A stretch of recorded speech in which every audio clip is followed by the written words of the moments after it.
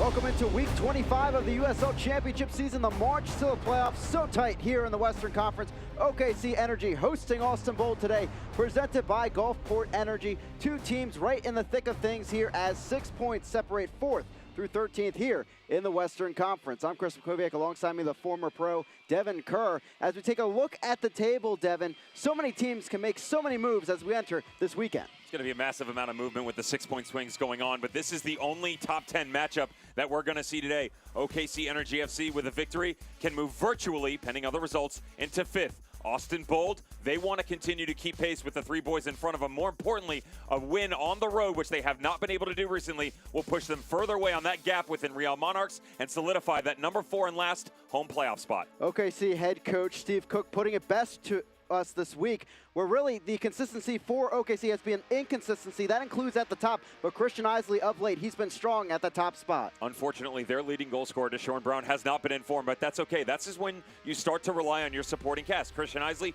3 games running. But you have to understand, this is not understated from what he's capable of. This is a guy who in his 9-year professional career has 6 seasons with 5 or more goals. He will look to bag another one tonight and make it lucky number 7 within that tenure.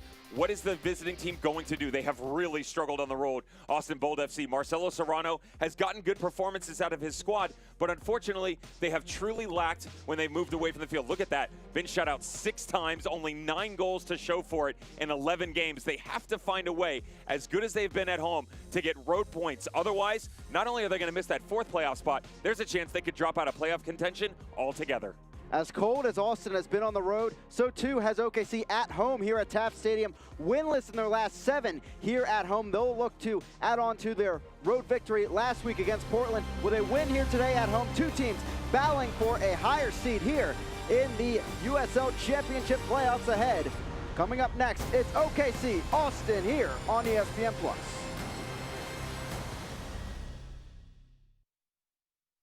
Goals are something we outline for ourselves, and oftentimes they can be pretty lofty. When things begin to line up the way we think they should, we appreciate those who helped us along the way, like the help you get with commercial banking from FFB. Our experts are ready to partner with you to help you manage cash flow, oversee accounts through online banking, and help you secure a business line of credit. Because we know you've got better things to do, like grow your business. FFB. We go where you go.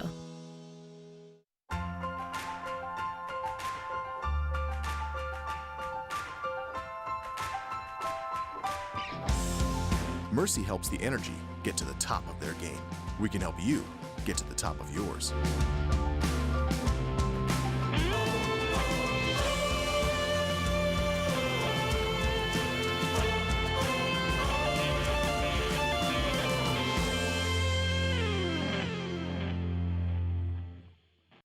Outlining your own destiny is something we all take pride in.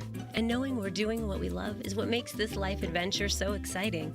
Isn't it nice to have a banking partner that's along for the ride? FFB makes life easier with a simple click and snap, so things like mobile banking and deposits can be done anywhere, anytime. Plus free bill pay, person-to-person transfers, and Apple Pay. With free ATMs worldwide, why wouldn't you want a bank that gives you this much freedom? FFB. We go where you go.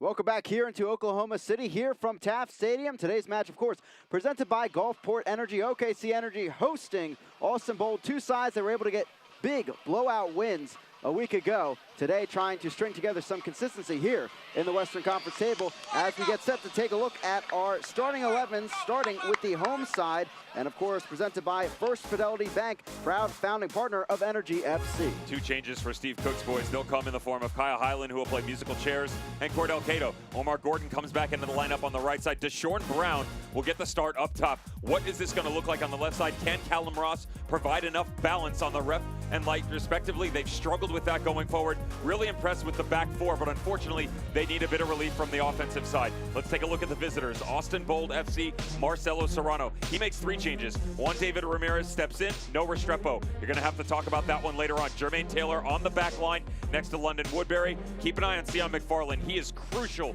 to this attack going forward. This is really a front 6, and what you're going to see. Sonny Guadarrama gets the start as well, but it's always going to be Lima as the focal point up top. Tierpak in transition has been crucial to this attack going forward.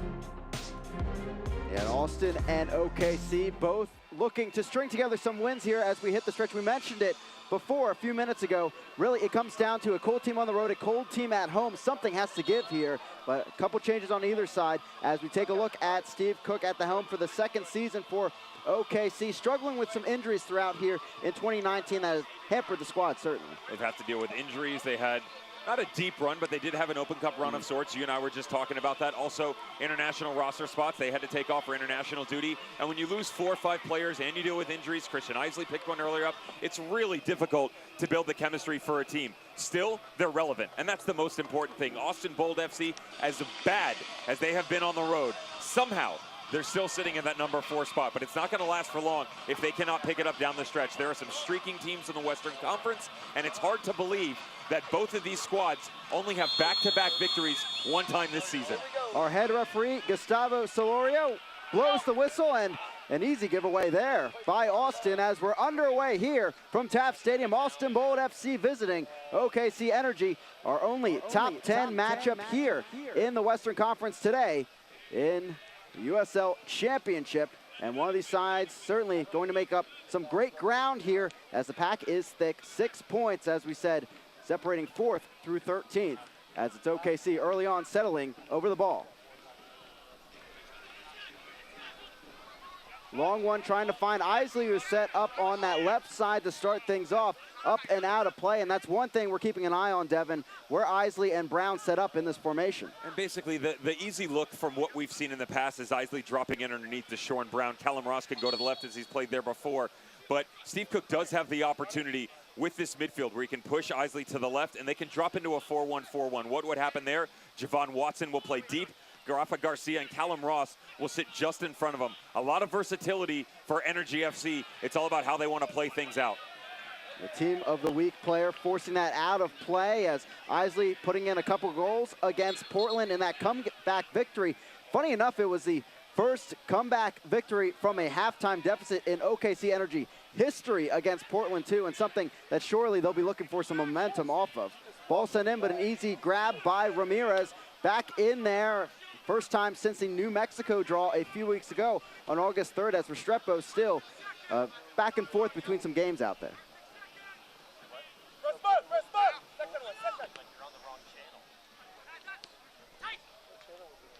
Akugo trying out the right flank as Tumasi sends it back, and he's a player that is certainly familiar with OKC Energy. On loan with them last season, the FC Dallas loaning now with Austin Bold.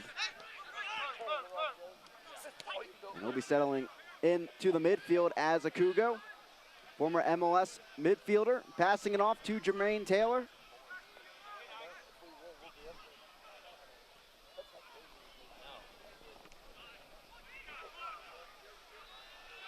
Back the other way and over to Ramirez, who has 2 easy touches to start things off on loan from Atlético Nacional of Colombia.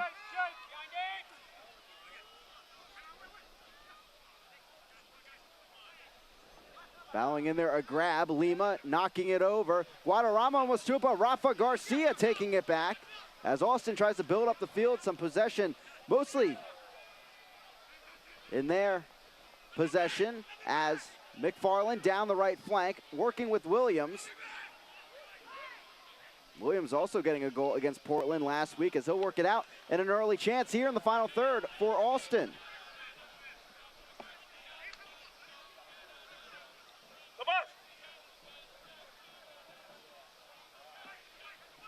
Throwing it in, headed away by Ibiaga.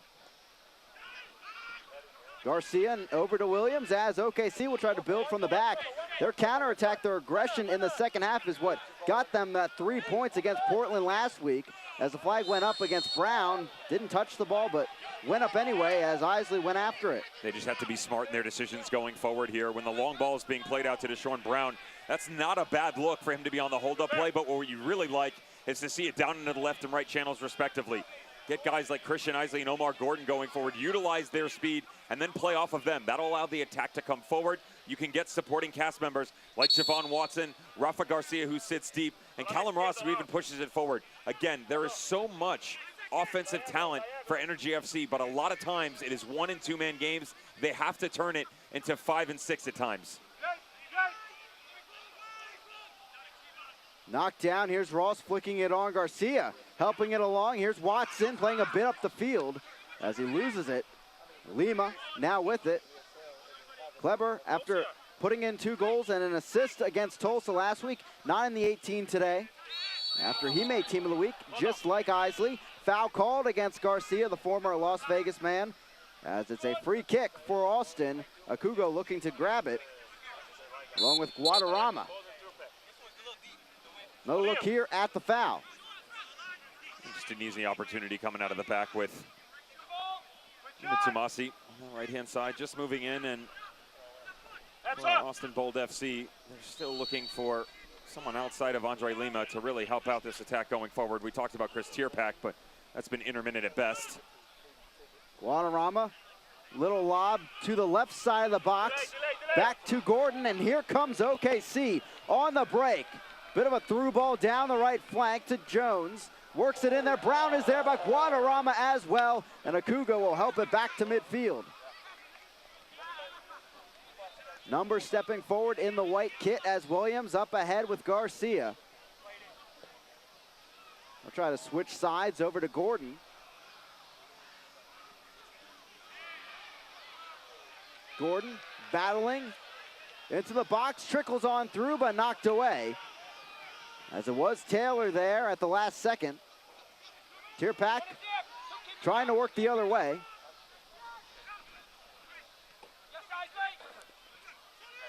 Guadarrama back over. Energy FC would like to thank Gulfport Energy for being the presenting partner for All Abilities Night and for their amazing support of the Energy Sidekicks program. For more information about Energy Sidekicks, visit energyfc.com/sidekicks. Ramirez picks it on up. Ramirez making his 3rd start of the season for Austin Bold. 10 saves recorded to this point, and about a 2 GAA among those starts.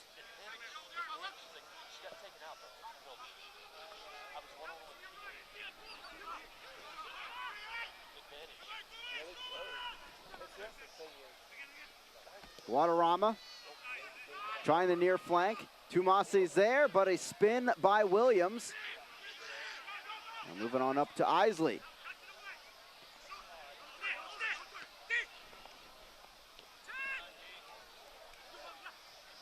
Garcia and Akugo battling. Garcia comes through with it.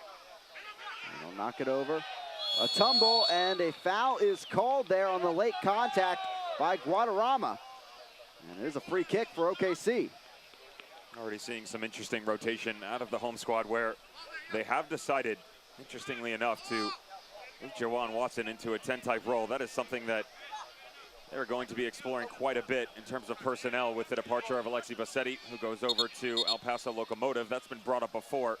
Derek Gebhardt comes over, and that was a fun little switch that Steve Cook talked about, how it was kind of a necessity from both teams where, though as good as Bassetti was, they felt like they needed an addition much higher up on the pitch. They get that out of Derek Gebhardt, who can help stretch that back line very much like Christian Isley and Deshaun Brown can. But on the left side, can Isley now occupy a 7-type role and be the winger that you want him to be? And more importantly, Javon Watson, as good as he is on the ball, can he turn out to be the offensive pivot factor that they've been lacking in the past couple matches? And Derek Gebhardt, someone that Steve Cook said had an excellent week of training, and someone maybe we'll see off the bench here in the second half, once again making the 18, but still looking to make his OKC debut.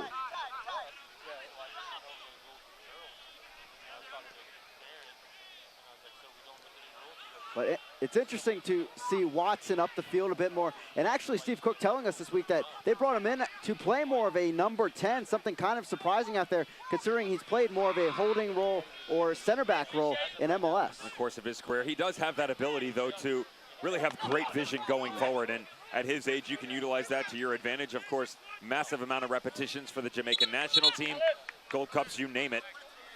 And sometimes you just look for that veteran leadership in the focal points of your offense, and they have been lacking in the 10, so why not give it a shot? Again, if you can get Isley, Brown, and Gordon running downhill with distribution coming out of the midfield. Maybe some support from a guy like Callum Ross or Rafa Garcia who could just help, or one of the overlapping runs from the outside backs. That's not a bad look going forward because you can rely on the 10 position less. Jones stuck there, he'll work it around the back. Sibiaga over to Williams on the near side.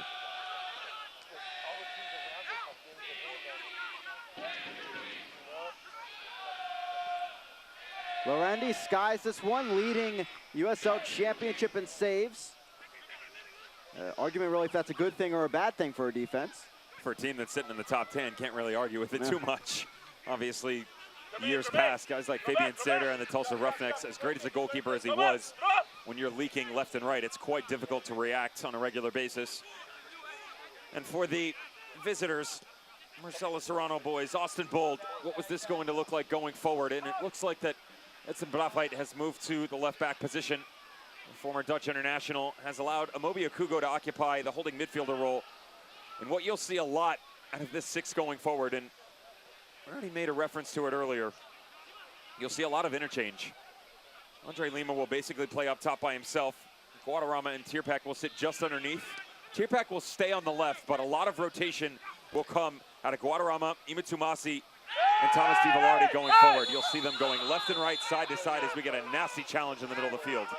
Now Ross clearly bringing down Austin player from behind with the tackle, and pretty clear yellow card early on here in the 11th. Another look here at the foul. He sees it. Unfortunately, the step is just too late. Reaction comes about a split second sooner, and he can get a good challenge in. Unfortunately, the Englishman a little bit late, and sort of a follow through. Allow Austin Bold to push their line a bit higher. 5th yellow card of the season now for Callum Ross, as it's a free kick now for Austin. Woodbury standing over it, the McKinney, Texas native.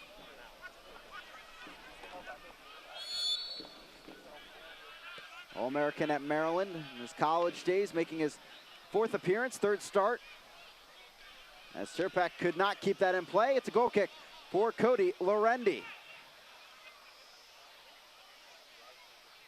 Select is the official ball supplier of the USL Championship and many of the finest leagues in the world. Since 1947, Select has been the leader in soccer ball quality and innovation. For the latest Select products and special offers, please visit selectsportamerica.com.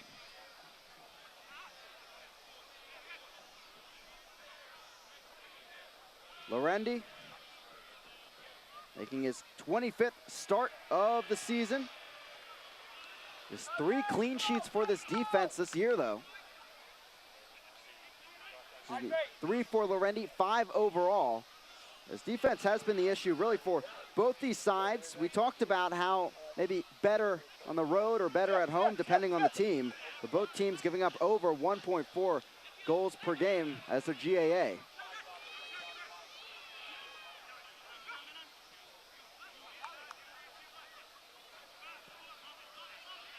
Harris trying to work the right flank, but a bit too short there for Gordon.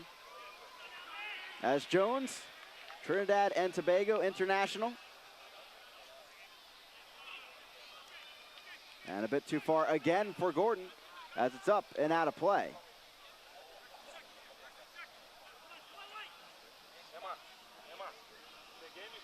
Last week it was Gordon and Brown coming off the bench for OKC at the break. Kind of a second stint out there, second burst of energy for Steve Cook to try and overcome that 2-1 deficit at the break. Indeed they did, bringing out the speed. Today getting the start, as they have most of the season. Unable to connect with Gordon early on. Help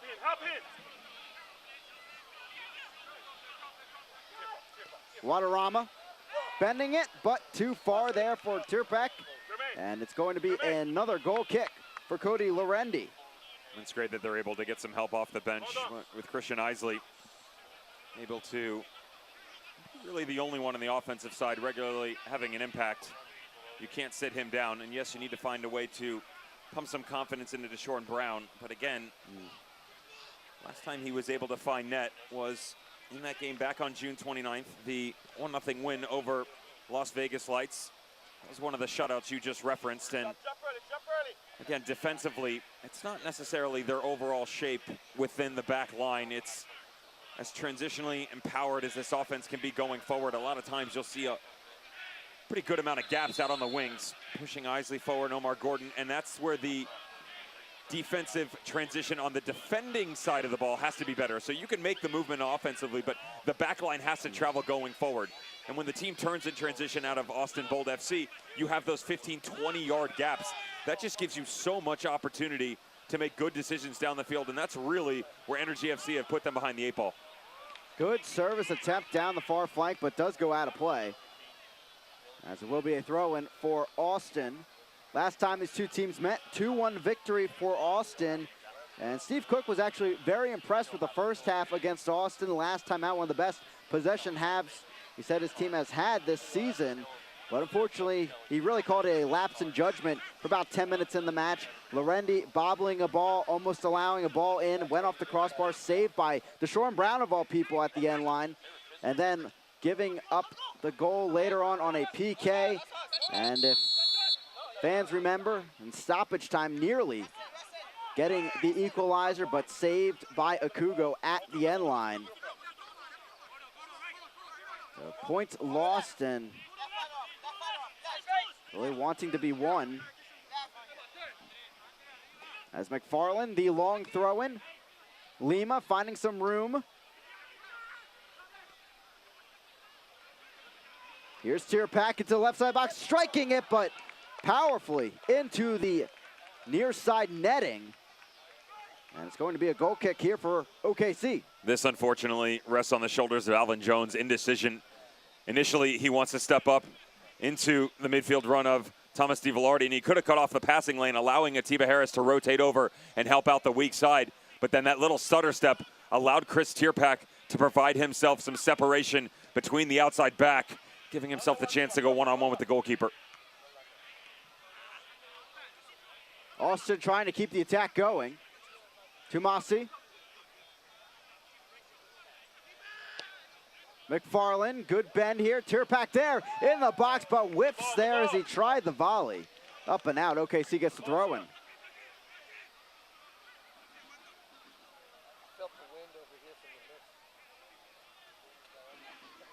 Another look here, as it was good service there, but not a good finish. Some of the boys on the back line were appealing with the linesman that maybe this was an offside position. And it's the second run from Tierpak who had delayed his efforts that gave him the opportunity to really just cross into that gray area. Very well done by Tierpak. And that's what you'll see from him. He can cut in with the best of them. Some beautiful displays this season. Had a hat trick earlier on when he came on as a second half substitute and did some damage. But again, most of the pretty run of form we've seen out of Marcelo Serrano's squad has come at home. And they're just lacking the ability to get themselves within the talking points of those road woes and get out of them, you should say. So many teams have had the opportunity to find themselves some balance. But kind of the way that the season has gone in the Western Conference, teams like New Mexico United, San Antonio FC, Sac Republic, everybody's been so up and down, but eventually has found some streaky play where they've been able to go on a nice run. Austin Bold still struggling to do so. Into left side of the box, tackle by Harris. No call there for the penalty. Out for an Austin corner kick. They'll appeal, but Solorio pretty keen on his decision. DiVillardi get a better look here. One-on-one, quick little touch out in front. And there's the touch, you can see it. Atiba Harris gets that left foot, little toe poke out in front of him. Hard to tell on the second angle. The first one, most assuredly, pushes it away from the midfielder. Well done by the center back. Rafid will take the corner kick. He's been kind of a corner kick man since coming on here recently in the season, making start number 6 now. Native of Amsterdam. And Lorendi off his line, grabs it straight out of the air. And he'll sling it down the field, looking to spur the attack. Stopped by Akugo. As Watson brings it in.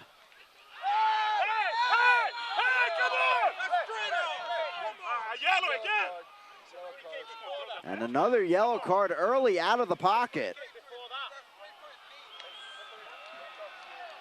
as it will be against Javon Watson. A crazy bit of play there. This is an opportunity for the referee. Take the air out of the game a little bit. Choppy opening 20 minutes, emotions flaring. Both teams understanding what's at stake. You just have to find a way to calm things down. Temperamental in the action so far and questionable decisions for sure.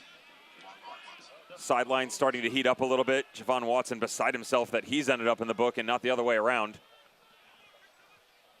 And fourth yellow card of the season for Javon Watson, and OKC already with 2 cards as we take another look here. It's just the follow through for him. Chris Tierbeck incessantly being persistent on that left-hand side. And Javon Watson tracking back to help out. Just a bit of frustration for him as he hasn't had the ball at his feet a lot. That's what Steve Cook's looking for him to do. Headed up and away by Ross. McFarland.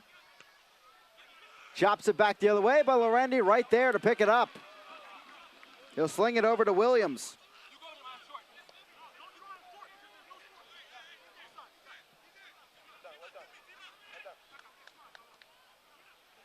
And OKC seeing a bit of possession here. Last home win for OKC here at Taft Stadium back on May 25th.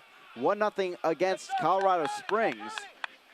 Since then, 0-3-4 here at their home confines. And we talked about the table and trying to find some consistency among some of these squads in the West.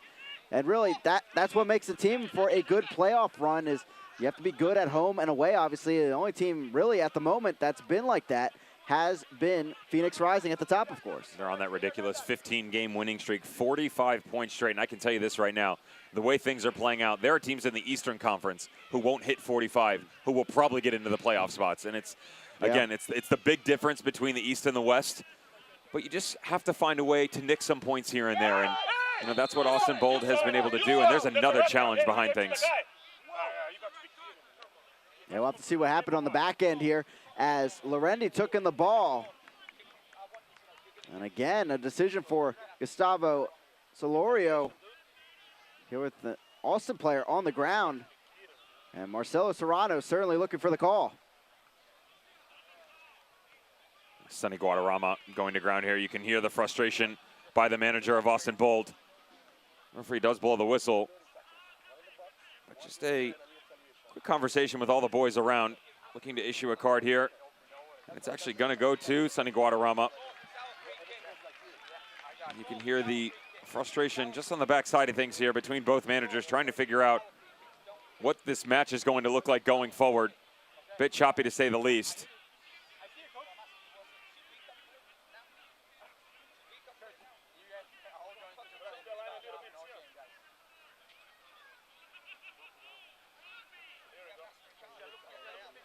Harris standing over the ball for the free kick.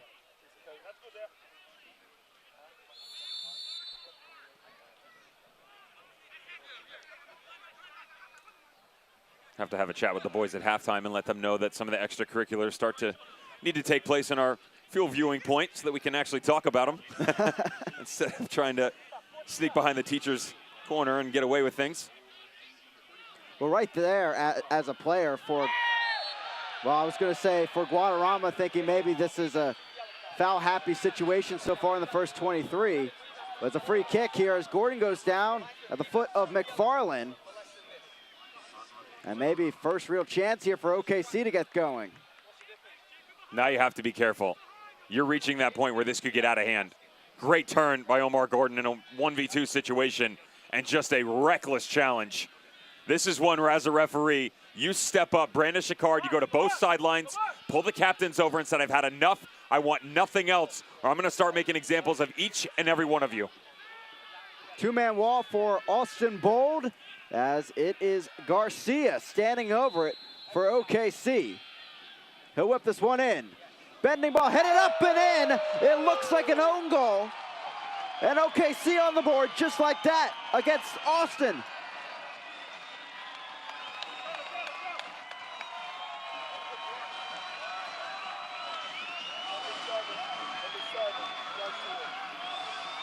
And Garcia whipping that one in there and getting a lucky hop along the way. Steve Cook tells us that he needed more consistency. There's the flick from the back line. That's very unfortunate for Austin Bold. Dangerous ball whipped in. And Andre Lima, who is so accustomed to tickling the nylon on the other end of the field, sends it into the back of his own net. This could be the momentum swing to really push OKC up the standings. Yeah, Andre Lima, 9 goals this season, but his 10th, helping OKC onto the board. 1-0 to the home side here in the 25th. And OKC couldn't really build into the final third. Austin, it's been their problem all season, conceding fouls, 359, third most in the Western Conference. And they allow a set piece that a lucky hop in by chance. And they're up 1-0, OKC.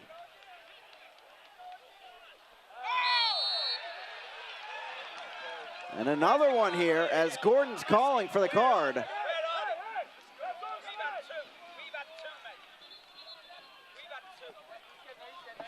And you can hear what Steve Cook's saying pretty distinctly right there. You just have to wonder where. There it is. Now it's coming out. That's a good decision by the referee. Very well done. Delayed in his efforts, but the smart one for sure. Sentiments from Energy FC saying this is the second time, and this time around it's actually quick little 1-2 by Omar Gordon. Trying to receive the ball back. Smart on the distribution to go around the outside of Austin Bold FC, and now another dangerous opportunity here. You reach that spot where it's off center of the 18 just moments ago. Rafa Garcia not shy whatsoever to just put it into the mixer and allow somebody to run onto it. He didn't think it was going to be Andre Lima, but now a true chance where you can be much more direct, have to keep the goalkeeper honest. You can see that Juan David Ramirez only going with 2 in the wall right now. There's a real good look at what Rafa Garcia has a look at. He can go near post if he'd like and be selfish. He's also got some big bodies that can go the aerial direct route. Garcia flicks it in there, back of the net. The Energy up 2-0 here in the first 27 minutes. And Garcia hand them both as he celebrates with the staff.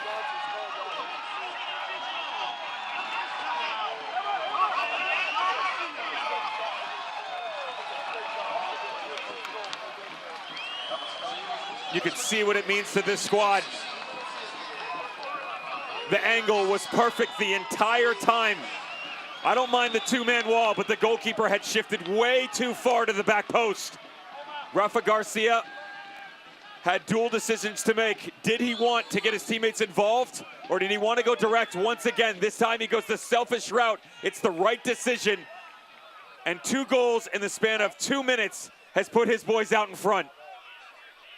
Austin allowing here OKC 2 key chances just outside the box, and Rafa Garcia making them pay as this ball, luckily enough, skip on it back to Ramirez. OKC this season, when scoring first, 7-4-4, really strong record. But they have given away 4 matches, but at this point, Austin Bold needs something to get them going. As Akugo takes it in against Jones, Tirpak is there.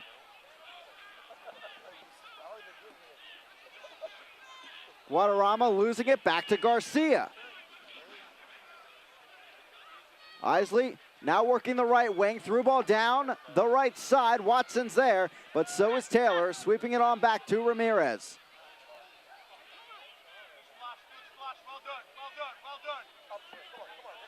But in that situation, if you're the goalkeeper, is 2 men enough in that case to cover that near side with Rafa Garcia maybe hot? I don't mind the look of it. You can leave 2 in. You just have to shift yourself over a little bit, and that's fine because you still have the opportunity. If he does go the distribution route where he wants to put it up in the air and let someone run underneath it, you have plenty of time to make the decision of if you want to come off your line or if you want to go challenge it to the back post. You've still given yourself coverage on the near post. The problem is when you shift so far to the back post, you leave yourself vulnerable on the near side of things. Rafa Garcia saw it, took full advantage of it. A beautiful strike at the end of the day. Right now, getting goal to his name, the second one. It has been ruled an own goal for now for Andre Lima on the first chance, and you can understand that with a skip in.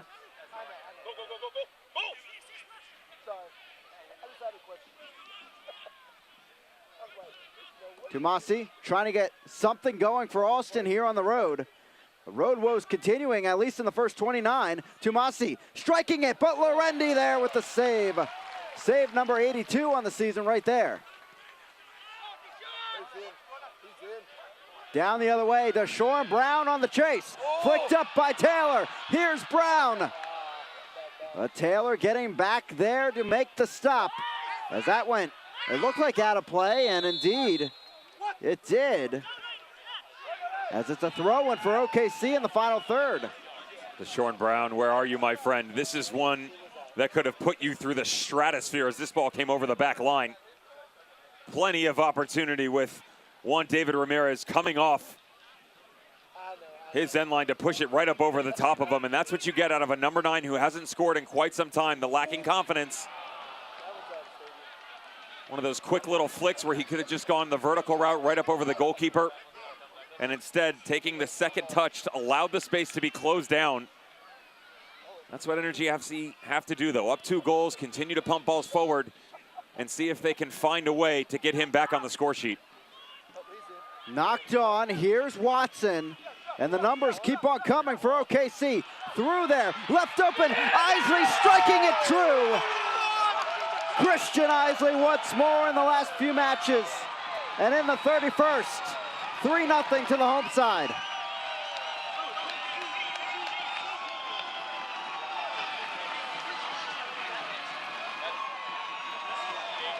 Really well done by Isley. This play could have easily been ended with Watson playing this ball across.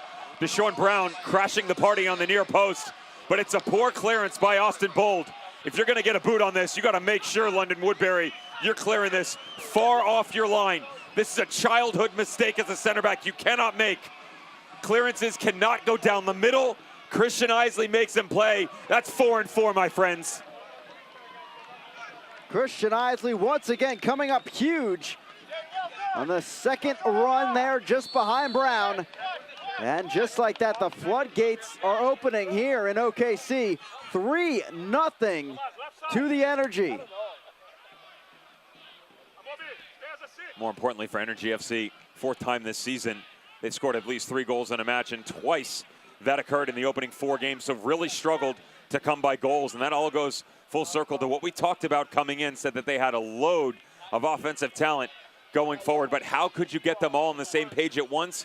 You're seeing exactly that right in front of your eyes. Turpak trying to look for the right cross. He puts it in finally, headed on and out of play. This will trickle out for a throw-in for Austin. Finally back in the opposing final third as McFarland will take it.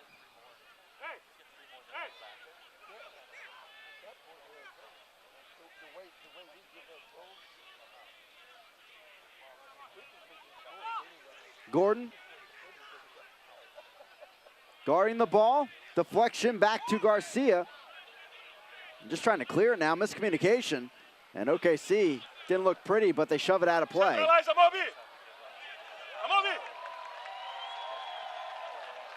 please. Ball, please. Come on, boys, let's go. Come on.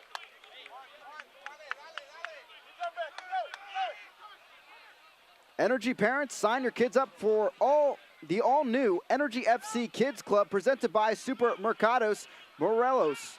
Visit energyfc.com/kidsclub to learn more.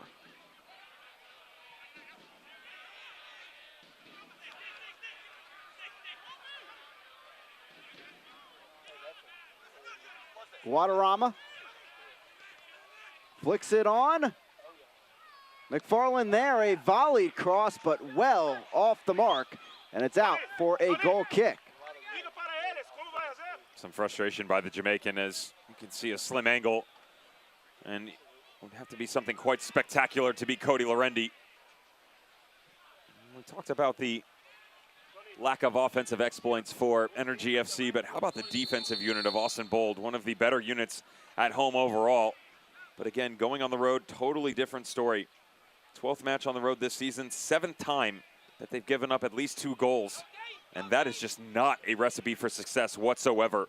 Starting slow, allowing other teams to really dictate the tempo, all of which have been a cause for concern for Marcelo Serrano. And what's interesting is they've shown you glimpses, as we mentioned, where they go on the road against Phoenix Rising FC a few matches ago. They looked nice up until halftime, and then the floodgates just opened. 5 goals in the second half to the tune of a 6-0 drubbing. And we also threw on a red card by Edson Brafai that changed some things. The consistency that has plagued the home squad following Austin Bold FC on the road just as well. Akugo, left flank now. Turpak is there, working against Jones. And a stop there by the defender. And it's a corner kick for Austin, a chance maybe to get at least a little bit of momentum back here.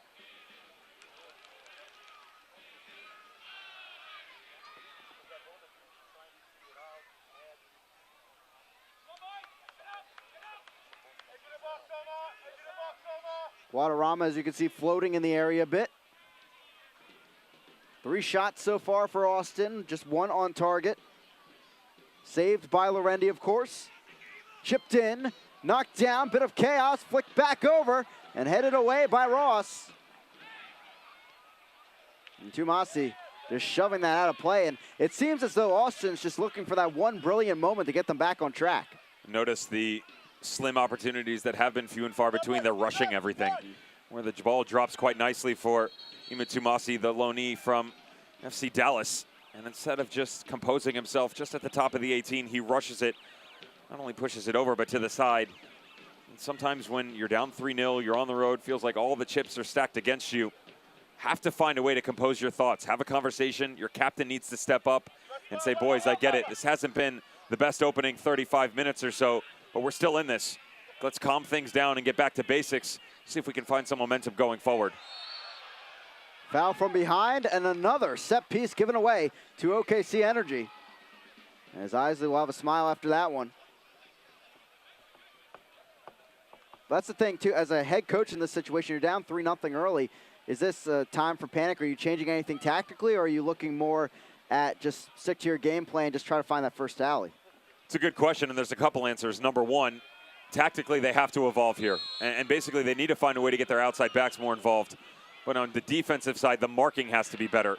Just like that. Even though the goalkeeper comes off his line, look at how many white shirts, 2, 3, 4, have the opportunity to go after the back four. That's not a good look for Austin Bold FC. Transitionally, better decision-making. Spray this ball out to the touchline, and then look at the run immediately on the far post.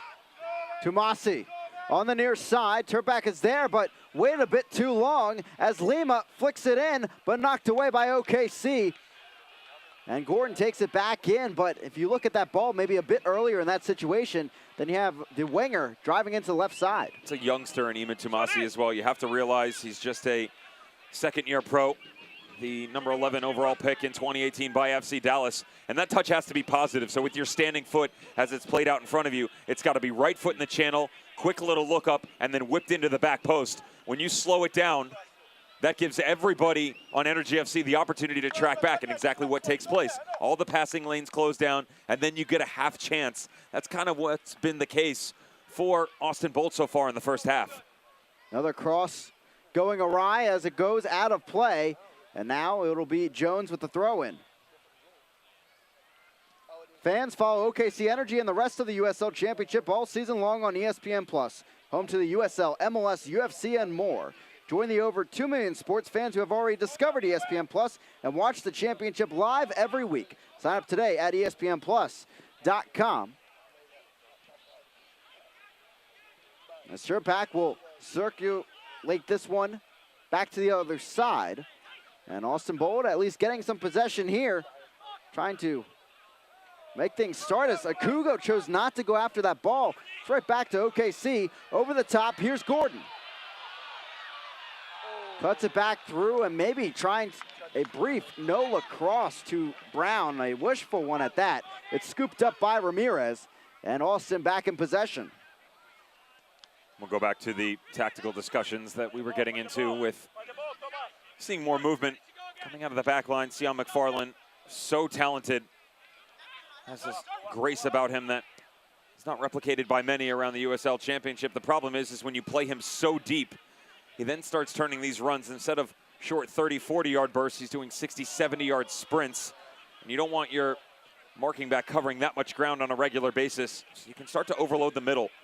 You pinch Tierpek just a bit further on the defensive side and kind of close down these passing lanes. Notice a lot of long balls coming up over the top for Energy FC. That's where they're at their best. So if you sit back a little bit more, able to withstand some pressure, and then you can counteract them going the other direction. Tomasi across in, but not really much going on in the box as Tierpek tried to bring it down. Woodbury all the way back to Ramirez, giving him a touch.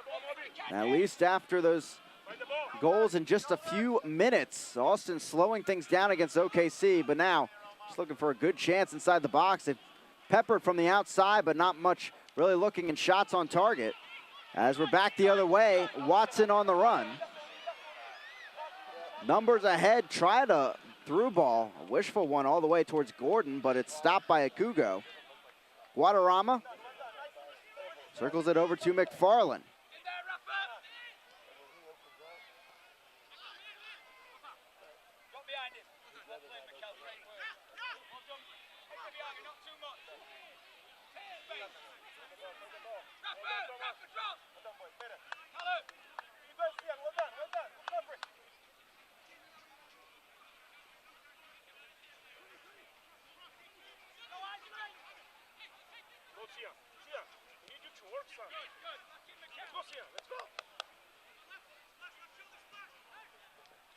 And Austin just looking a bit disjointed right now as Akugo tries to figure out what to do with the ball. From a central position, Watson after it. There's actually a call from the manager, Marcelo Serrano, on the sideline. He said, Sion, I need you to work, son, and he's not wrong. Ima Tomasi drifting over on the right. They needed more of a presence, and they did a good job to move the line higher. But once they got past midfield, they had no opportunity to go after Energy FC. And that's where you have to get out of your comfort zone. I know you're tired. There's 5 minutes before half. You want to get in the dressing room. But this is a time where a lot of teams, especially sitting on a 3-goal cushion, will start to become complacent. Take advantage of that.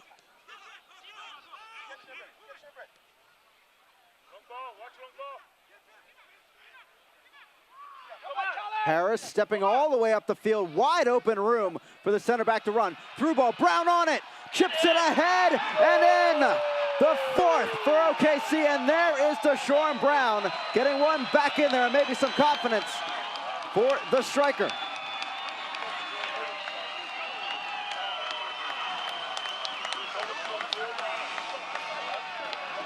Told you that it's been quite some time since Deshaun Brown has been able to be on the other end of one of these balls, and more importantly, finish it off. 9 goals on the season, but none since that game against Vegas in June. A player that Steve Cook will tell you is capable of the highest of filth on the offensive side of things. Double-digit goals now as he hits 10 for Energy FC. Watch out, Western Conference. You get looks like this from Deshaun Brown, Christian Isley, and you're holding midfielder and Rafa Garcia. This can be a team that is a force to be reckoned with.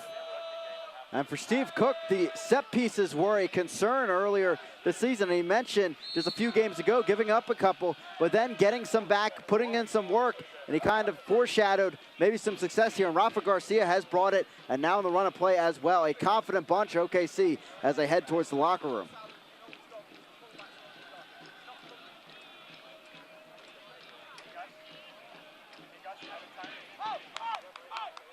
Just like that, 4-0 OKC here in the 43rd, here at home. Trying to make a statement. And of course, second match with 4 goals. But this time just taking 43 minutes to put them in. Right now we're at 2.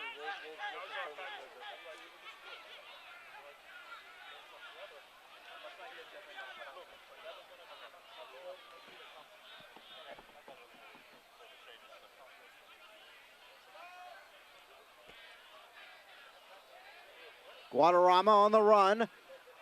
Met there by Jones, no call, as it is a goal kick for Lorendi.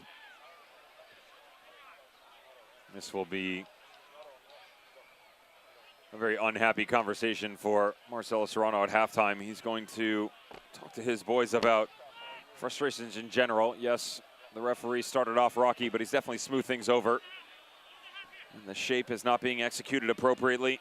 You get an idea when they start to move forward. We addressed it a second ago that you work so hard to retain possession of the ball and then immediately give it away in the middle of the field.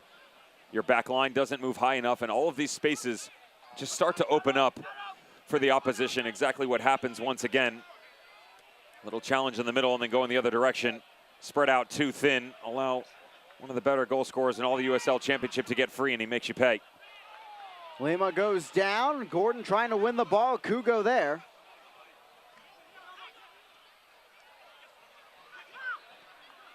Ibiaga.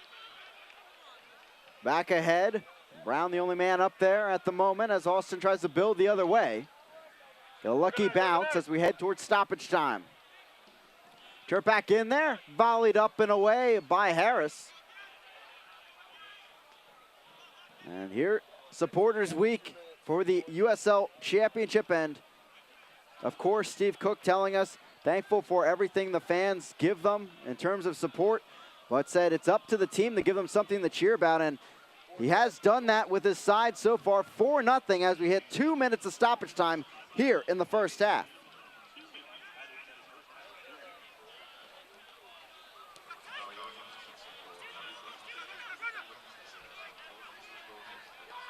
McFarland crossed in. Lorendi stuck in no man's land as the two bodies at the back post, a bit too far off for the shot.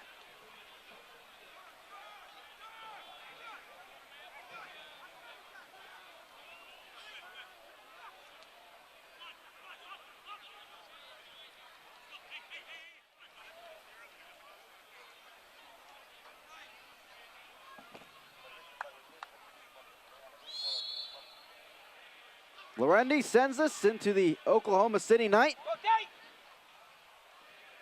As Taylor heading it up.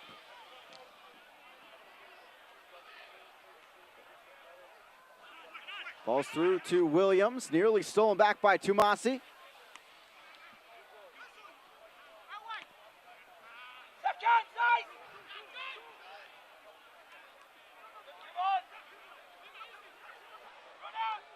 Lima, through ball down the left side. Turpak is there. And again, Jones winning the battle with the left winger. And it's out of play for an Austin throw. And they have about 30 seconds here left in stoppage time, maybe for some momentum into the second half.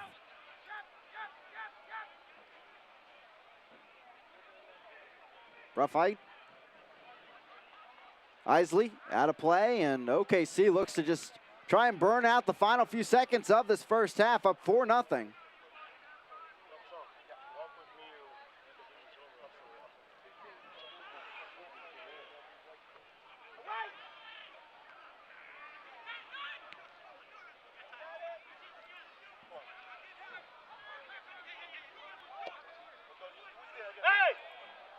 Lima down in the box. Florio not looking at it. As there is the whistle for the end of the first half. A dream start for OKC. It started with Rafa Garcia. It finishes with Deshaun Brown, and 4-0 to the home side here at the break. This is impressive start to finish for Energy FC. Still a second 45 to get the job done, but exactly the response that Steve Cook was asking for. Said that offensively we need to be more consistent, had to find a way to get our focal point players involved together. Going downhill on a regular basis, you saw exactly that. Deshaun Brown gets his 10th of the season. First time since June, he's able to find the back of the net. And Christian Isley now has 4 goals in 4 games. Isley with the confidence of late, but now the whole bunch tonight, putting them in the back of the net. We'll see if they can continue that into the second half as we begin our Mercy halftime report. 4-0 OKC at the break here from Taft Stadium.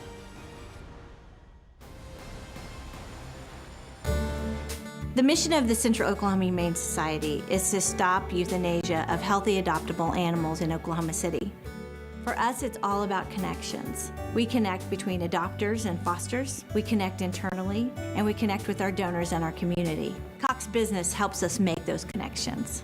Our organization has Cox Business high-speed internet and the IP-Centrix managed phone system. It really has made a difference. They're always reliable.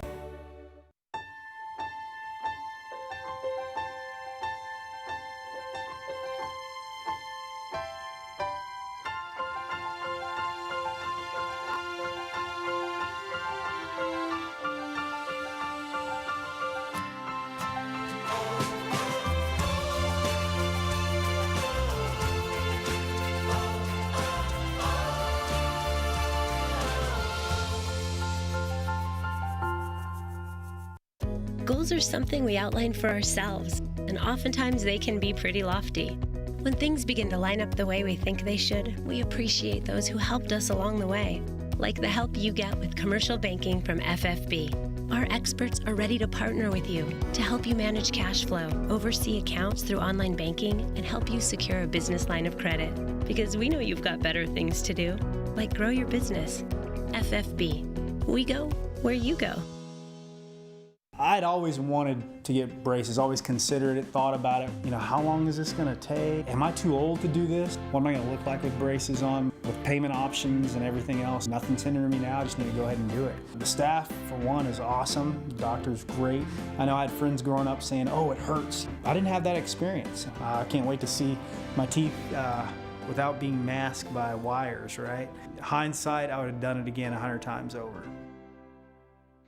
A dream start here for OKC Energy, 4-0 up over Austin as we begin our Mercy halftime report. And supporters week here, and plenty to cheer about for the Grid and the OKC fans out there. And Cody Lorendi, actually, I don't know if anybody got to spot that in that first half, but he allowed the fans to choose his glove color here today. And was it the classic white that he came out with due to the fans? We'll see. He made one big save in that first half, and here he is in warm-ups, and yes, it was the white gloves, and they've worked so far for Cody Lorendi and the entire OKC side. And now we'll take you through some of the best looks at goals so far this season for the Energy. Moving that direction, headed on, Brown running onto it, flag stays down, chance, and a score! OKC Energy on the board at home to Sean Brown, his third in 2 matches. Turnover. Energy FC on the move. Is this onside? It is! And it rolls in. Energy FC on the board first at home. Deshaun Brown, his 4th of the year. Gordon. Puts one on goal. Save made. Deflected. Score! Second of the game for Deshaun Brown. It all came from Omar Gordon, getting the ball, playing it to Cato, getting it back, having the shot. The keeper makes the save. And Deshaun Brown is quickest to react and smacks it into the back of the net. Already with a chance to the outside. Cato now. Through ball there. Gordon puts it on frame and in the back of the net just like that. Gordon sparks another run, and it's 2-1 OKC. It's a Kitson Nevis.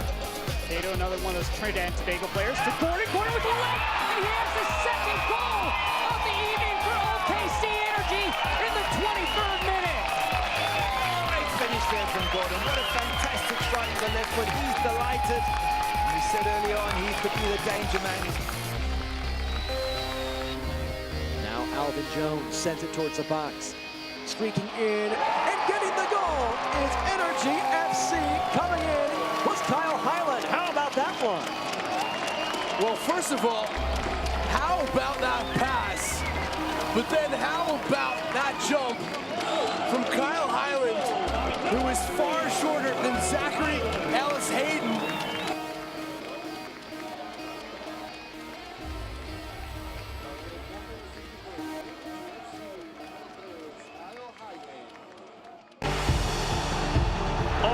Charging on, curling the cross, that comes in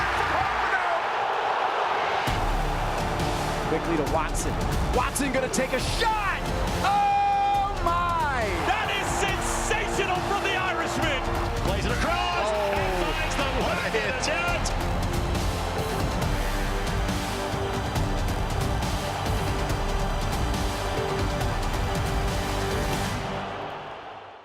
Welcome into episode 13 of Steal Some Time. We are going to start over in the East and chat a little bit about North Carolina hosting the Pittsburgh Riverhounds this week. And I think that we can easily say that nobody saw a 5-0 outcome, at least in North Carolina's favor, coming out of week 24. But let me tell you, North Carolina stuck it to the Riverhounds, shut down that unbeaten streak that they had going.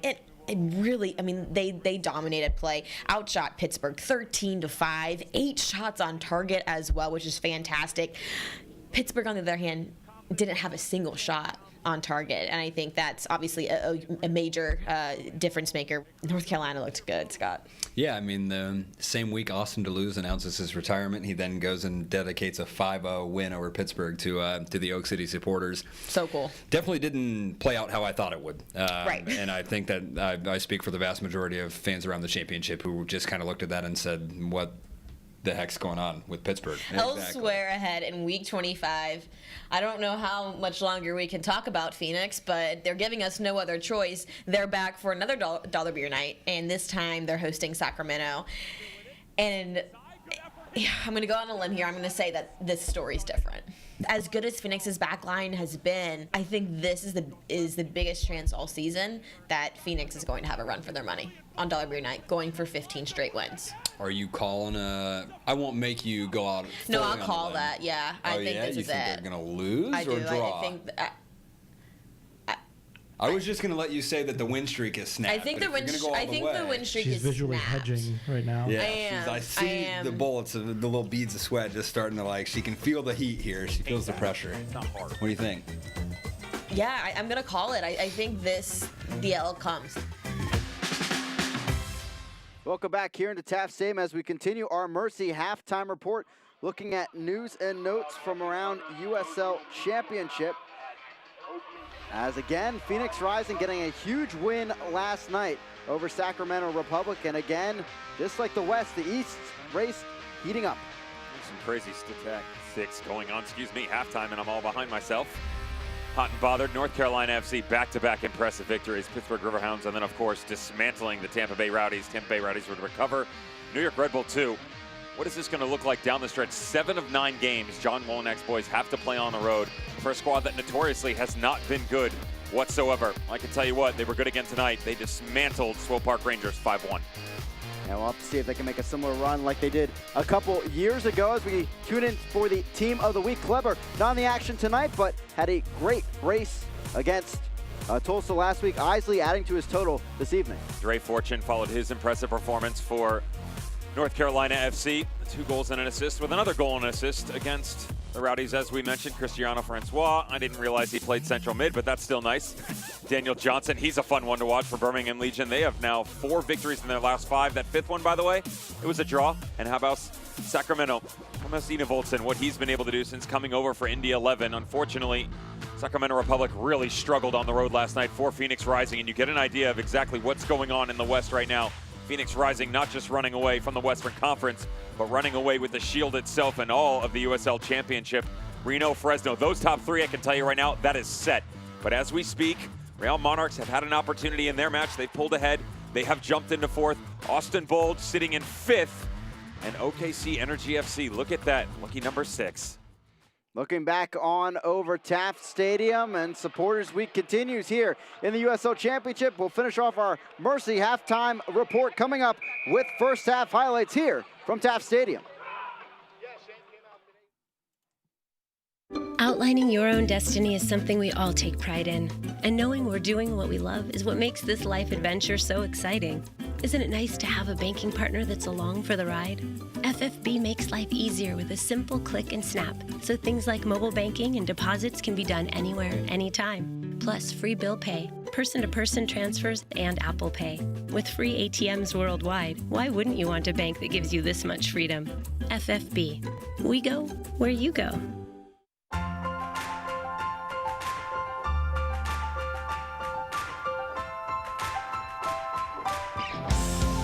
Mercy helps the Energy get to the top of their game. We can help you get to the top of yours.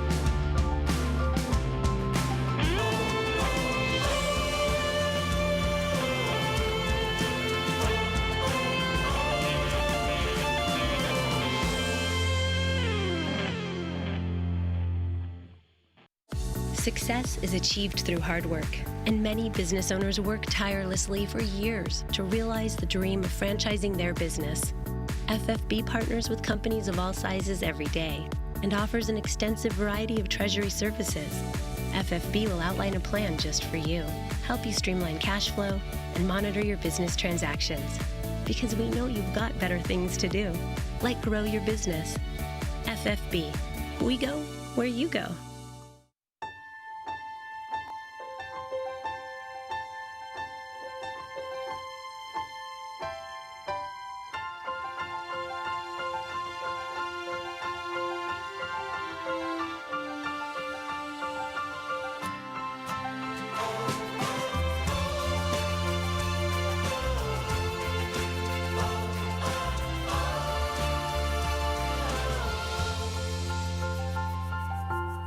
Welcome back here into Taft Stadium. 4-0 to OKC here at the break as we put a bow on things here in our Mercy halftime report. The first half highlights, all goals here for OKC. It started with Rafa Garcia, beautiful look over to Andre Lima. He just whips this in, and Andre Lima unfortunately puts it in the back of his own net. That wouldn't be finished though. Rafa Garcia just 3 minutes later, 27th minute. We said the goalkeeper, look at how much room he is giving to the right side of his post. Too much respect given to Rafa Garcia. He is a dead ball set piece specialist. Sticks it in the back of the net. They get out in front by 2, but we're not done. Just 4 minutes later, we said this kid's been on some kind of form. How about Christian Isley out in front? Great little ball back in, but watch the trailing run. So it's Deshaun Brown who initially they try and go in transition, but Isley had switched over to the right-hand side. Excellent follow-up play. 3-0 Energy FC. Just like that, Isley, his 4th in as many matches as he goes in to celebrate with the OKC faithful. And a confident strike at that past Ramirez end. Finishing it off will be the striker that maybe needed it most for OKC. Let's jump into the future. 11 minutes, and Deshaun Brown, really well done, just riding the back shoulder here of London Woodbury. He has been exposed all night long, unfortunately, for him. And when you just track back across, you have to keep your head on a swivel. He gets caught flat-footed.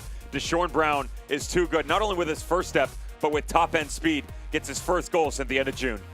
Looking at our halftime stats here from Taft Stadium, and you look at the shots on target for OKC. So efficient here today, putting their chances in. 3 shots on target, of course, getting the help of that own goal from Lima. When you chat with Steve Cook, the message that is resounding coming out of those conversations is we have to be consistent, and more importantly, we have to find a way to do it on the offensive side of things. He actually quite likes the way that his defensive unit has set up. Again, there's a spatial gap in the middle of the field, and how can you bridge it?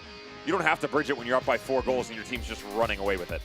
Yeah, and that's the thing, too. They have to shore things up now into the second half as we look at their schedule the rest of the way here in the next 5. And consistency, not so much in home and away. They'll go back and forth over the next few. One of the most difficult schedules that is going to have to be managed down the stretch. 3 of them on the road, by the way. And you're going to go to Zion's Bank at San Antonio FC, who, by the way, is absolutely demolishing New Mexico United. They're up 4-0 in the 73rd minute right now. Something is in the water in the USL Championship. Plenty of teams going with 3, 4, 5 goals tonight. They're really crazy. As we talked about before, entering the night, 6 points separate 4th through 13th. And now, a lot of teams making that jump, taking advantage of the opportunity. OKC so far here, but Austin, back to the drawing board. You enter the second half as Marcelo Serrano. What do you say to your squad in the locker room? Get on the bus. Let's go home. If you're going to put out that performance again, you have to find a way to show me something. And his team just didn't do that. You heard orders coming from the sideline from he and his technical staff asking Sion McFarland to get more involved in the run of play. You don't want to hear that from a manager 30 minutes into a match. If you're tired, if it's the 95th and you're going into time, you got to find a way to get some momentum going forward. That's a different story.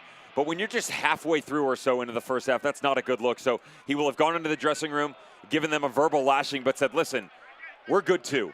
We can produce on the offensive side of things. Let's band together as a collective unit. And if we can't find a way to put 4 in the back of the net, let's make it respectful and at least build on this for our next match coming up.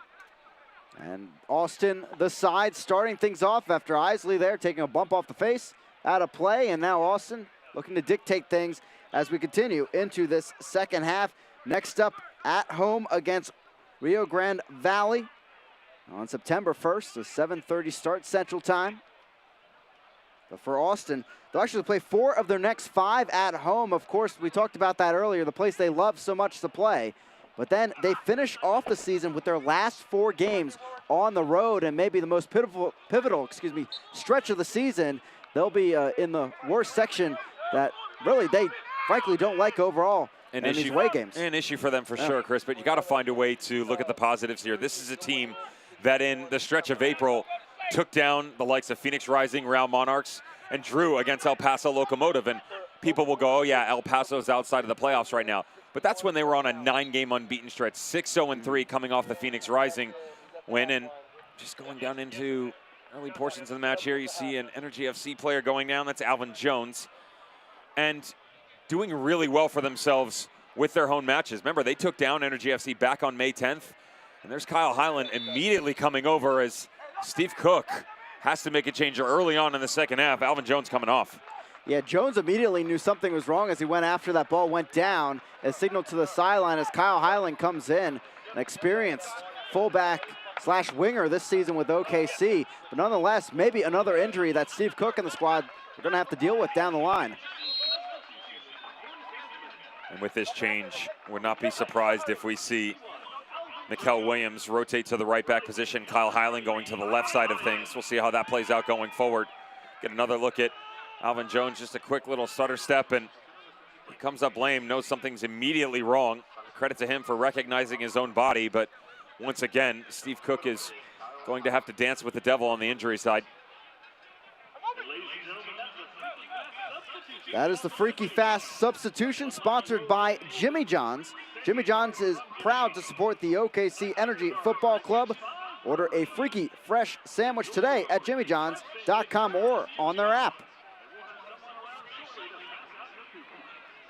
Really is a Freaky Fast substitution just 2 minutes in with Jones going down and Hyland coming on. But if there's a backup fullback to have on your bench here in this match, certainly you'd like it to be Kyle Hyland, who has played the last now 4 years with OKC. This is fourth, and recently Week 22 Team of the Week.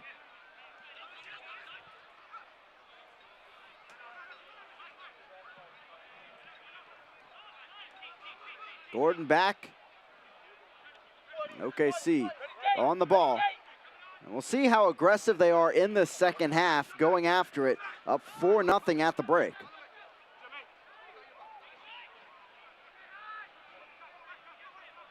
Lorendi sending this deep over Taft Stadium.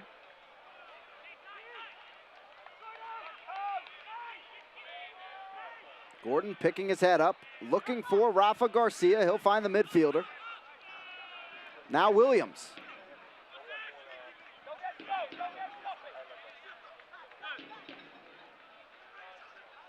Isley finding an open Watson, but no, the ball trickling out of play. A throw in here for Austin.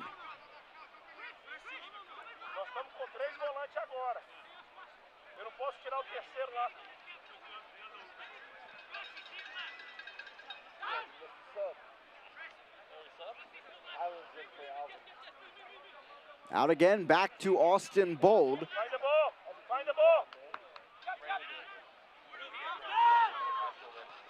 Lima back the other way and out of play as Austin slowly moves up the near sideline. Energy FC would like to thank Gulfport Energy for being the presenting partner for All Abilities Night and for their amazing support of the Energy Sidekicks program. For more information about Energy Sidekicks, visit energyfc.com/sidekicks. Knock on there as Hyland gets one of his first touches of the match. As Austin building forward with the possession.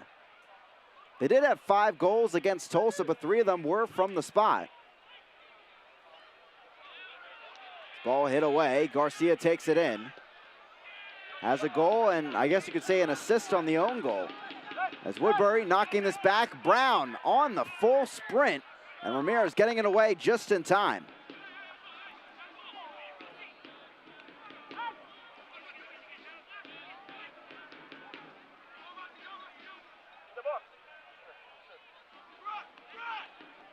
Roughhide taking it in.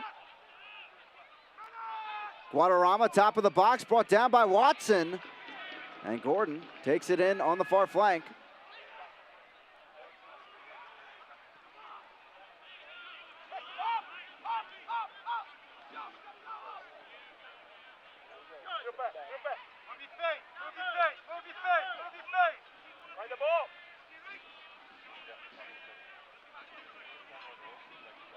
Akugo.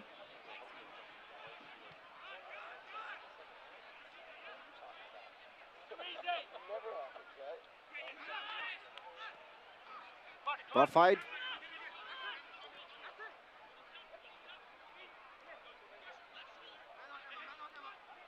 Tumasi now on the near side, cutting back over. Lima lays it off on the far flank. Ball sent in, McFarland. And up and over, out of the box.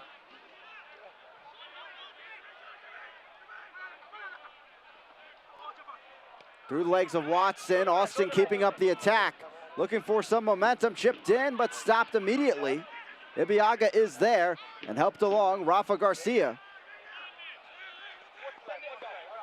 And Brown unable to get there. It goes out of play by Steve Cook.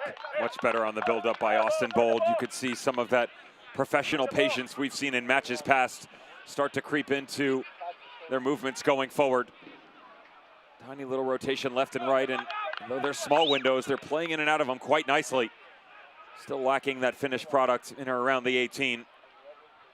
You can see that the conversation was had at halftime with Marcelo Serrano's squad, and I'm sure it was not the nicest of words that came out of the manager's mouth. Regardless, they have been a bit cleaner on the ball in the second half. Kugo giving it away. Brown gets the deflection off Woodbury. It's a throw-in now for OKC Energy.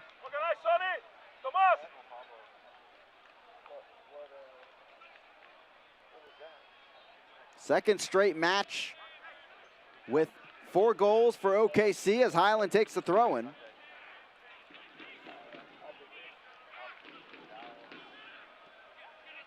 Williams on the near side.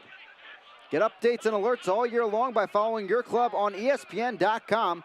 Search for OKC Energy and then click the follow button to keep up with the latest news and scores. Plus, get reminders on OKC's next match. Go to ESPN.com now and click follow for your club. Knocked on, Ibiaga takes it in. And OKC a bit of possession here.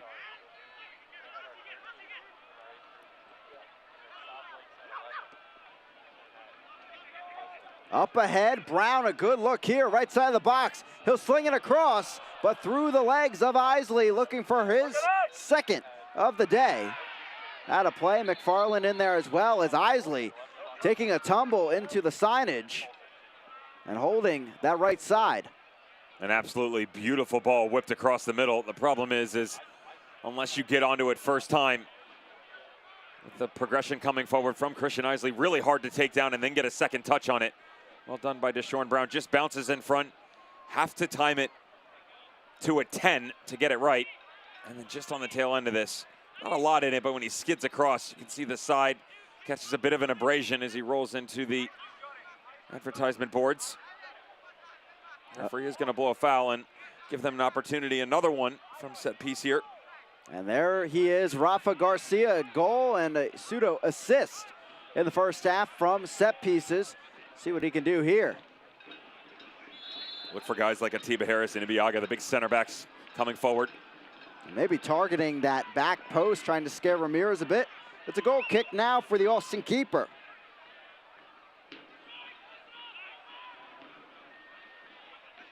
Garcia, one of those many experienced players on OKC, winning MLS Cups with LA Galaxy, playing in the CONCACAF Champions League, and of course, his 13 starts with Las Vegas last year.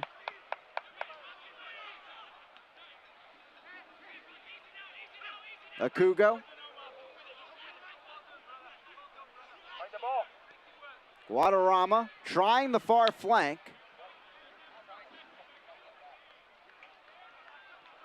Ball sent in. Lima, a great look. But sailing up and out of play on the volleyed shot. We discussed what Deshaun Brown and Isley have been able to do, creeping in behind the likes of Jermaine Taylor and London Woodbury. Check this ball out. Really well done. Just clipped it in from Sion McFarland. He is one of the more impressive guys. When he gets forward and gets a couple steps in front of someone, his ability to pick out players on the full sprint and put it on a dime. Probably second to none, not just the Western Conference, but all the USL Championship. He is at the talking point of many a manager's mouths when you talk about outside backs and guys that they'd like on their squads if they had the opportunity to get their hands on them. Well, you mentioned it before, Devin, kind of a talking to on the sideline mid-first half from Marcelo Serrano to McFarland, Woodbury out there. And really, McFarland's come into this second half and put in 2 good deliveries from that right flank. We said that they were lacking that presence in general, and now that he's started to move up and become more comfortable, go after it. Utilize that to the best of your ability. Unfortunately, you're down 4-0, but neither one of these teams have shown that the consistency on the defensive side has been great over the course of a full 90 minutes in this season. vulnerable to say the least. Tirpak puts it in there. Service to the end line outside that right post, but no one there in the area. Is covered pretty well inside the box. But if you're OKC, you have a 4-0 lead, you come out of the break. Do you sit back a little? How do you find that balance with that aggression in the first half and also, the defense here? The answer is it's hard to balance, but what you want to do is continue your momentum opening 10, 15 minutes, go after a 5th goal. And it kind of sounds weird, but here's why I say that. Their strength is to opening the game up. When they sit and absorb pressure, and you're starting to see that over the past 5 minutes or so, when they sit back defensively, they struggle. Austin Bold, they're doing well. They move a slow lineup. They methodically are starting to pick out the passes, and you can see them find little tight-knit spaces, and Energy FC struggling to track them. On the defensive side of things, they just need to play a higher line. So when you get 3 guys going forward, move up with them, that's where they've been at their best. And when you slow things down, they've proven that they're vulnerable. You start to hit the 65th, 70th minute mark, you can then start to pump the brakes a little bit. But right now, if I'm Steve Cook, and I promise you, he and his boys are barking it from the sideline, they'd like to add insult to injury and go after number 5. And you make a great point because just a few minutes ago, we saw Andre Lima out of nowhere split the center backs and find a good run in there. That's the problem here is you slow things down, you allow their talented players in Edson Brathwaite and Sian McFarland to get forward. When you stretch their back line, you keep them honest on the defensive side. That back 4 has to have better communication. They can't employ their efforts with the offensive unit. Brathwaite finding some room on this left side, knocked down by Williams. The whistle is blown, and it is a free kick in favor of Austin. Well done by the 2 defenders doing battle with each other. Brathwaite just outside the box, and so talented of an individual, really close.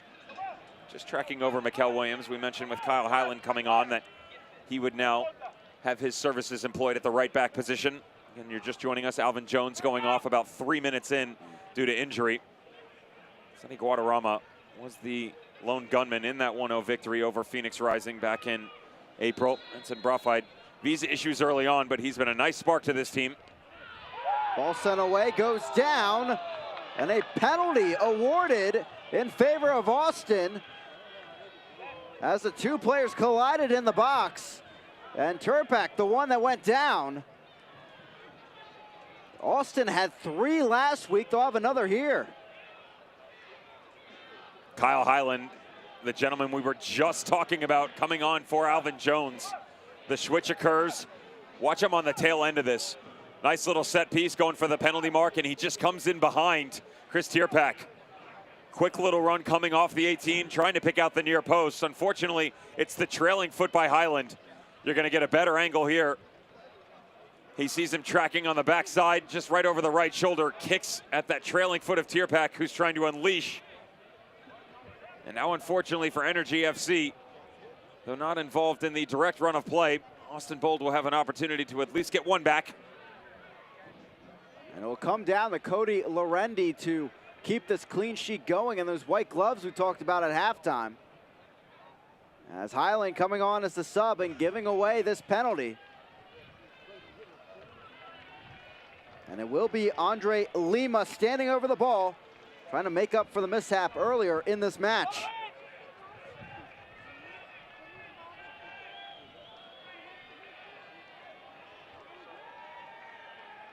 Lima looking for goal number 10 of the season. Battling here with Cody Lorendi. Here in the 61st. Ball whipped in, saved by Lorendi. Extension out to his left side, and it stays 4-0.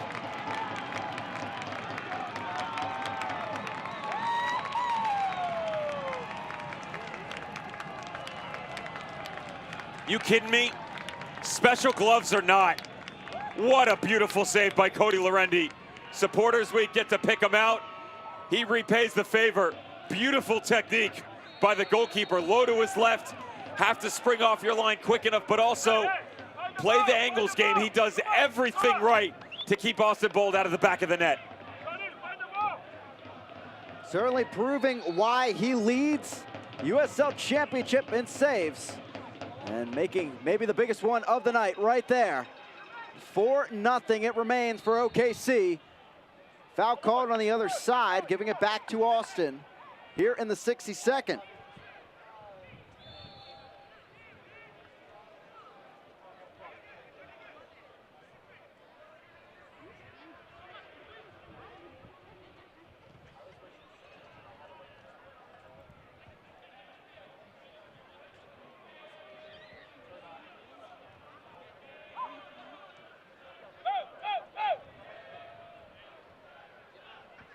Roughide. Giving it off. As Austin again trying to get that possession game going.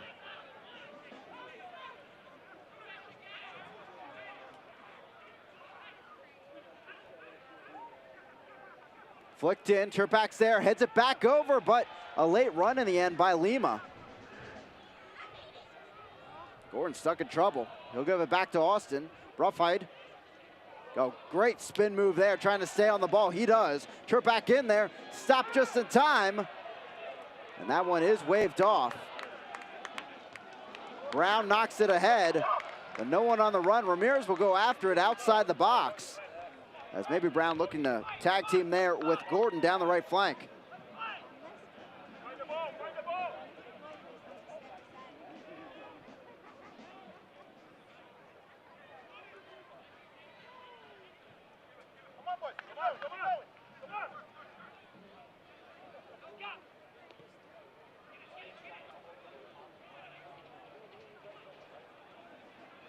Tumasi, McFarland,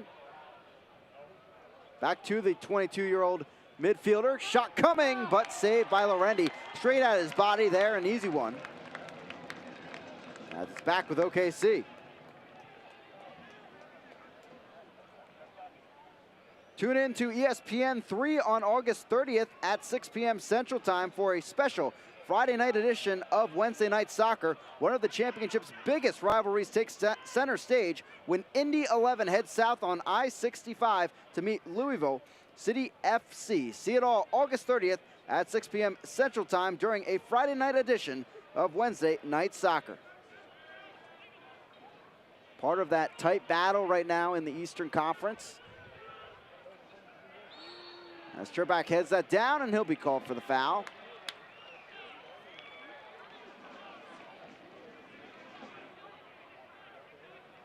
T.B. Harris drawing it, former MLS veteran.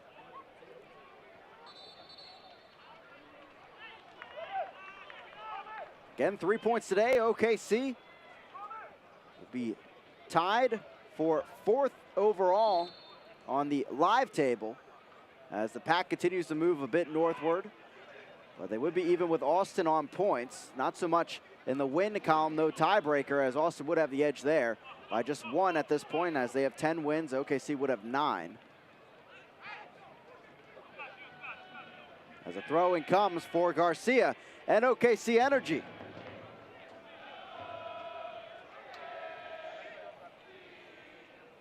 Williams with the throw-in. Energy parents, sign your kids up for the all-new Energy FC Kids Club presented by Supermercados Morelos. Visit energyfc.com/kidsclub to learn more. As things are playing out right now, Real Monarchs drawing with Orange County. Energy FC are sitting in the 6th spot. That will come down to the tiebreaker, which is wins first and foremost. They are trumped in that area by Real Monarchs and Austin Bold, and then Monarchs are ahead of Austin Bold on goal differential, +10. Only 2 teams in the Western Conference right now had a negative goal differential, still above the playoff line. Austin Bold being one of them, struggling on the road tonight, no exception, and Los Dos, -7, occupying the 10th spot. Now, Los Dos, recently one of the teams to go into Austin and get 3 points.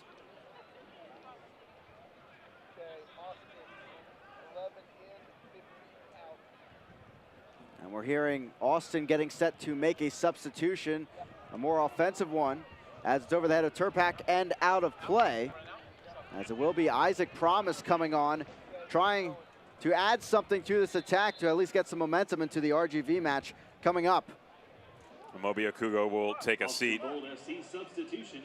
Gentleman who is beyond talented. Competitions for the youth national team. Had a great conversation with John Hackworth about where this kid was best on the field. Seems like he's been around for ages because he's been a pro for so long, better part of a decade now, as he was drafted back in 2010. Number 6 overall pick coming out of UCLA, and now with Isaac Promise coming on, this is a guy who's going to play a much higher line. Expect to see the likes of Di Velarde or Seti Guadarrama to just drop a bit deeper, not necessarily playing very far back, as they're looking to gain some mismatches going forward, the amount of numbers they just brought on. It's going to be a different look going forward now. Here comes Gordon, slides it on across. Watson trying to keep it in play, but just can't in time, as Ramirez stuck in no man's land as he went after that one. For Steve Cook's boys, just going to hope the opposite side, where, yeah, you're out by 4 goals, but want to maintain that sheet now. That's the goal. You're starting to approach the 70-minute mark, 20 minutes or so to go. It's been so vital to him that he finds some sort of consistency on both sides of the ball, and as we mentioned earlier, been able to get it in spurts between the two units, but hasn't really received the package deal. You're starting to get that tonight. They're up 4-0 at home. Is this a time you bring on, say, Derek Gebhard, work on the chemistry with the squad for the final stretch? You let it sit for another 5-10 minutes or so, and then you can start to make moves. And he'll understand that. He'll have him down in the corner warming up. Shot going well wide. A wish for one coming from Daviardi. You have Cordell Cato, of course, who's getting an opportunity to rest. That's the other thing you got to remember is you'd like to maintain the opportunity for these guys to get repetitions, and you got to manage their workload. But the second part of that is the most important because of the slate of games that you have up and coming. We mentioned that they're going to go on the road next week to Real Monarchs, then home New Mexico, at San Antonio, home SEC, at Los Dos, home Orange County. That is a very, very difficult slate of games to manage no matter where you're located, yet alone the fact that you're going to have to deal with travel, different weather conditions, altitude, everything comes into play. And so sometimes it's always nice for some of your regular starters, a la Cordell Cato, to get a rest and take a night off. Foul won by Garcia and OKC. 4 goals put in the first half. As Gordon brings it down, top of the box, leaves it on, but Watson can't get there in time. Heave back the other way, and Williams takes it in.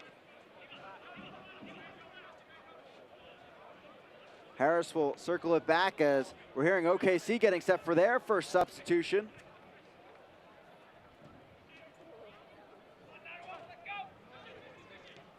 Guadarrama. Knocked up by McFarland, couldn't handle it on that one hop here at Tap Stadium. And here is that substitution, as it will be Deshaun Brown.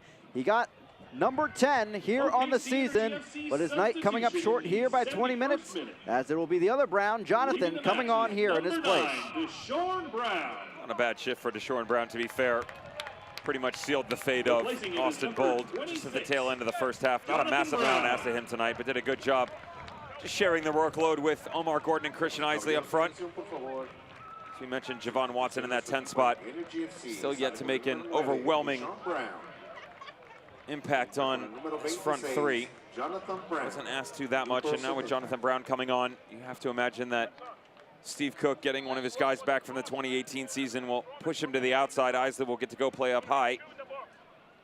Jonathan Brown is one of those guys who you would like to see get some more repetitions. Started the season off with Hartford Athletic and Jimmy Nielsen. Things just didn't necessarily go that way. Followed him there after Jimmy Nielsen brought him into the 2017, at least the tail end of it.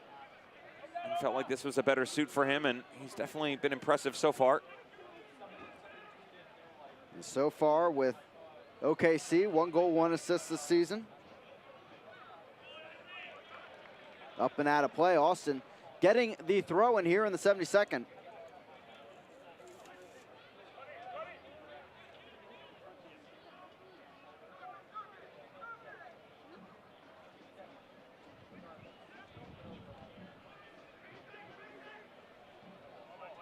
Out of play, and it will go back to OKC. Again, here from Taft Stadium, OKC and Austin battling, the only top 10 matchup in the West today. How packed it is, plenty of movement to occur, and OKC so far taking advantage of it. Again, I'm Chris Pekovic, alongside me, the former pro Devin Kerr.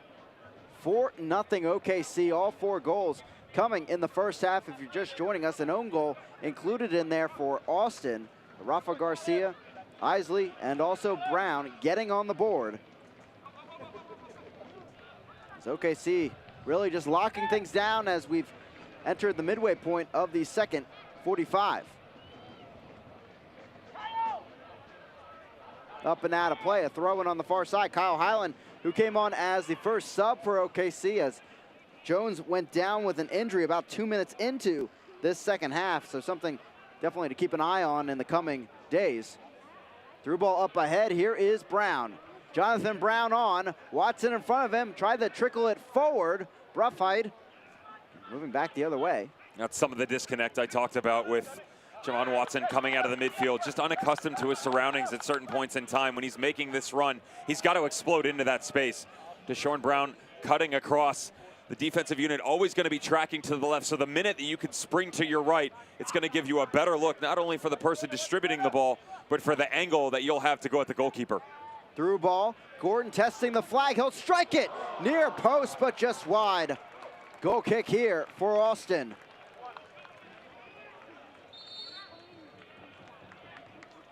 Well-timed run there by Gordon, testing the center back. As maybe it will be a corner kick here. Yes, it will be. A second look from the official. Gotta love the smile at the tail end of this by Omar Gordon. As we mentioned before, the season has been so up and down for Energy FC, and to have a match like this where it seems like everything seems to be heading in the appropriate direction, you start to see the joy that we all started playing this game way back when for it. Just big smiles, having fun.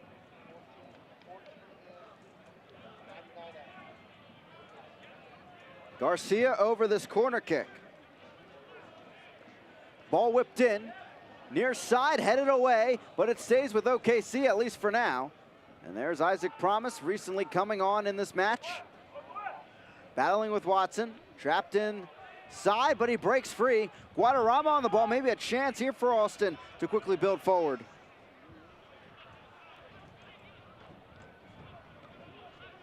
Guadarrama.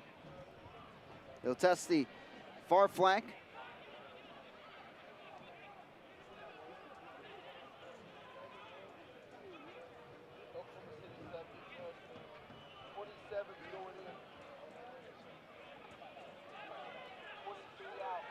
Tumasi, he's thinking about it, dodges the challenge coming from Ross.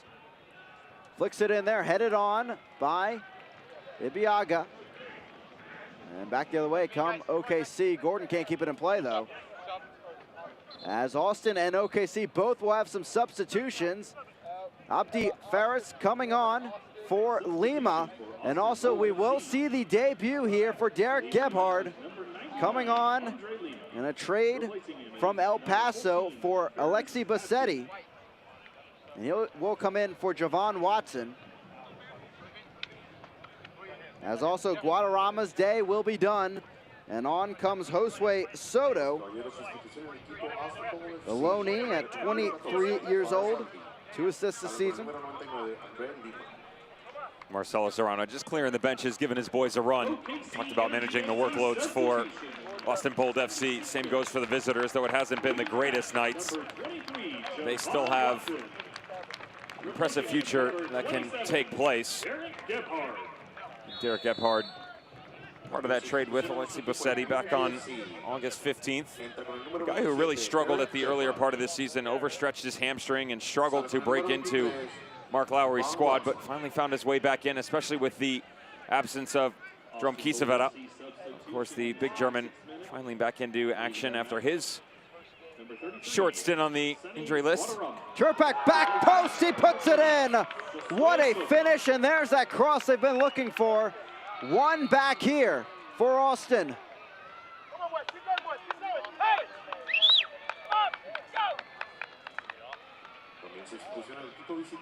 From guess who? See how McFarland on that far sideline said that his distribution is almost unparalleled in all of USL Championship. This is a gorgeous ball whipped in all the way to the back post, put in the only spot that one player can get to it. Chris Tierpak just selling his entire body out on the tail end of this. Really well done by the midfielder to push that really high line, leave his feet and go after it. Nice to know that the effort's still there with just 15 minutes to go. 7th of the season for Tierpak, and for McFarland, his 5th assist of the season. And his service has looked better and better as the second half has gone on. 4-1 Energy. They lead it here at home, looking for their first home win since May 25th.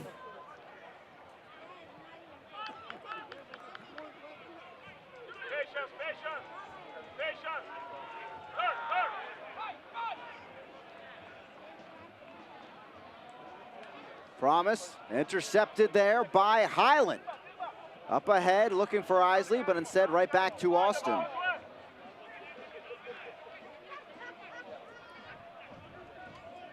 Fans of USL unveiled its elite youth platform, USL Academy. This allows clubs at all levels across the USL to develop its local youth and compete at the highest level across the United States, including the USL Academy Cup. For more information, visit uslsoccer.com/academy. Taylor taking the free kick here.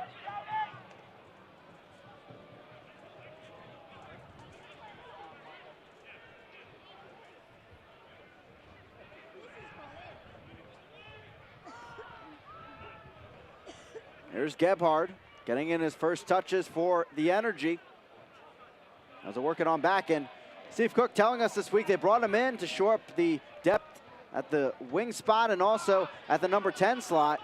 And he mentioned when talking about Javon Watson, really a player they don't see going the full 90, night in and night out. As it's headed on by Taylor, back to Ferris, as numbers are forward for OKC, but they'll keep the attack going. Garcia knocks it on. And right back to Austin on the interception.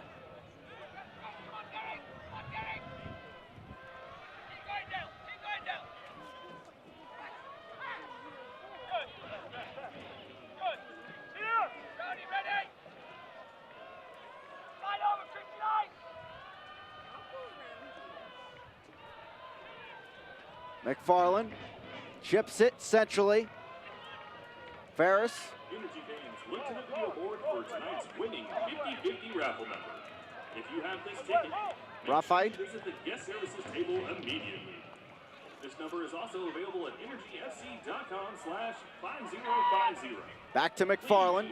He'll line into this one, into the box, but swept into the arms of Lorendi right off his line, and he'll slow things down for the home side. Number is A1381092. If you have that ticket, make sure you visit the 50-50 booth on the northeast corner of the track.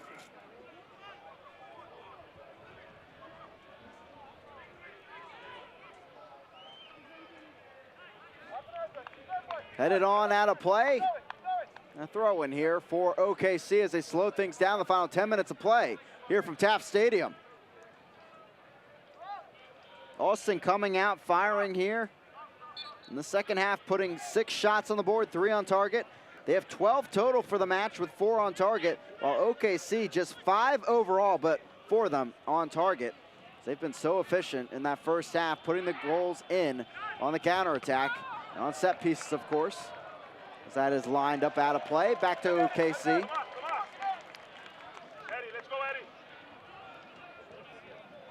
All 3 substitutions used by both squads at this point.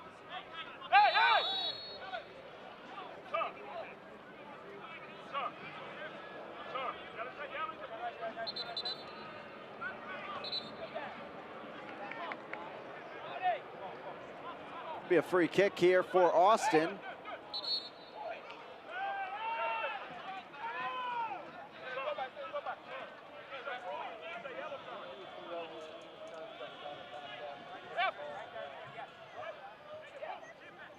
Sid Broffight trying to figure out exactly where the referee wants him to put this back into play.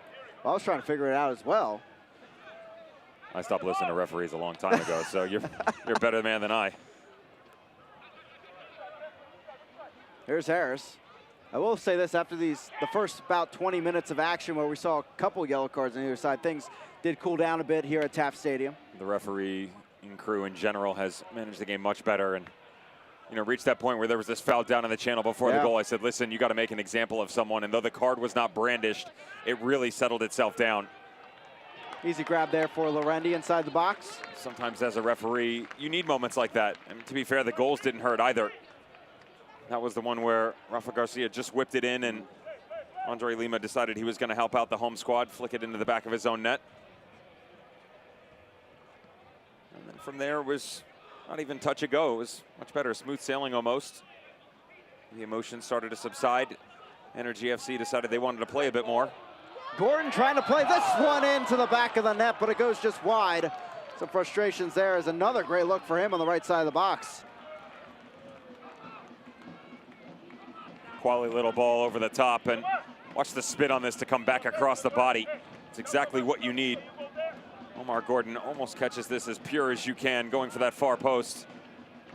And unfortunately, just couldn't put it to bed. You could see his own frustration just running through the boards at the end of it, but he shouldn't be. He's done quite well for himself tonight.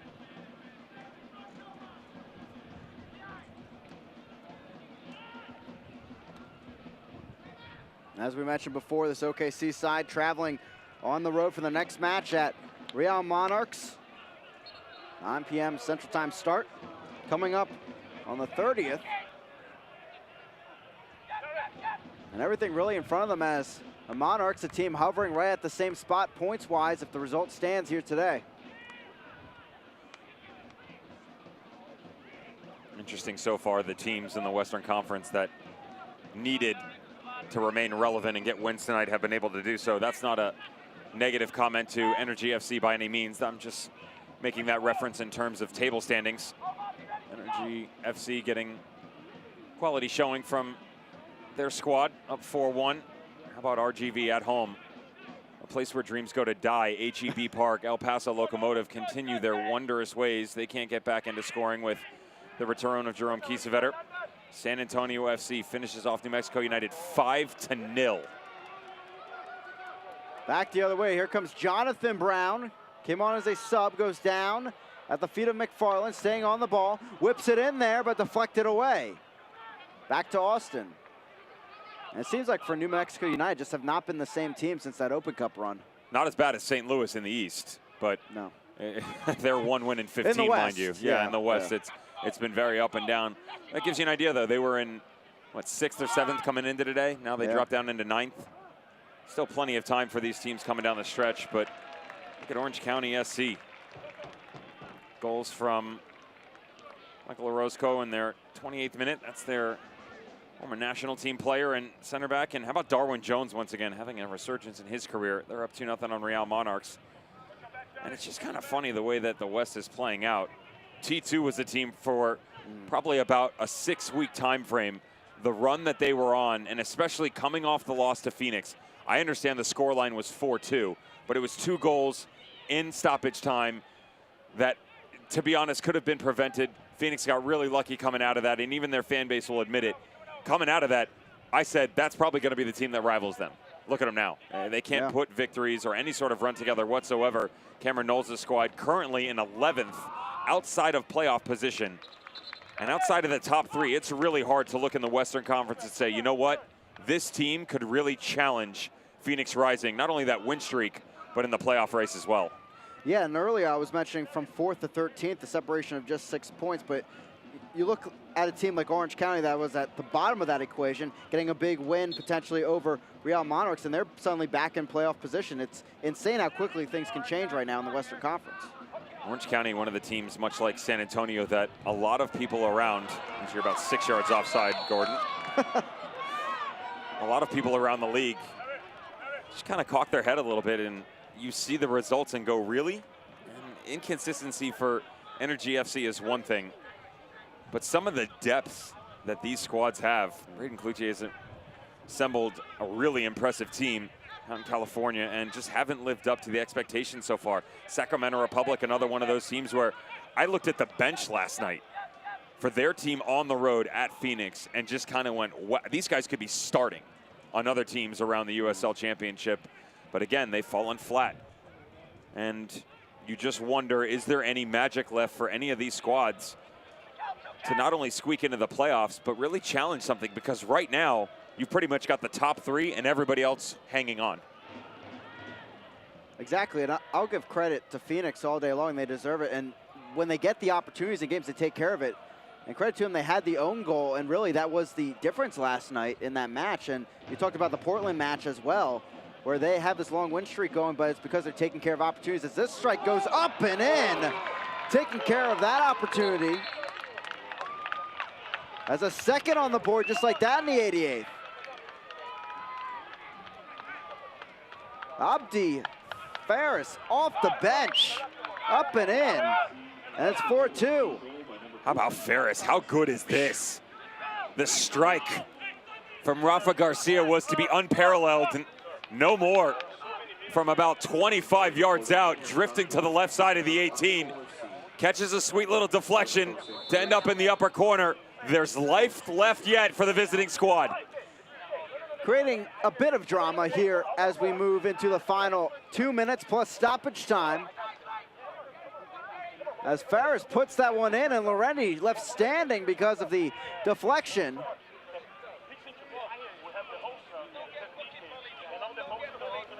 Biting off the bolt a bit here, but they say not yet. Marcelo Serrano's squad trying to fight back in.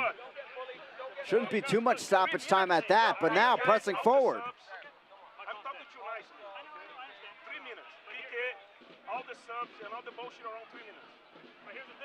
Highland takes a tumble. Austin, another look, whipped in there, headed up and away by Harris. Out, it's a corner kick for Austin. Marcelo Serrano going at it with the fourth official, as well as the supporting staff for OKC Energy FC. Pay attention to the game. Your boys are starting to creep their way back into this. They need you now more than ever.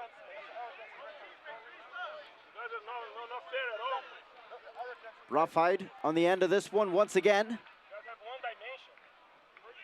Whips it in, headed up, and out of play. It's a goal kick.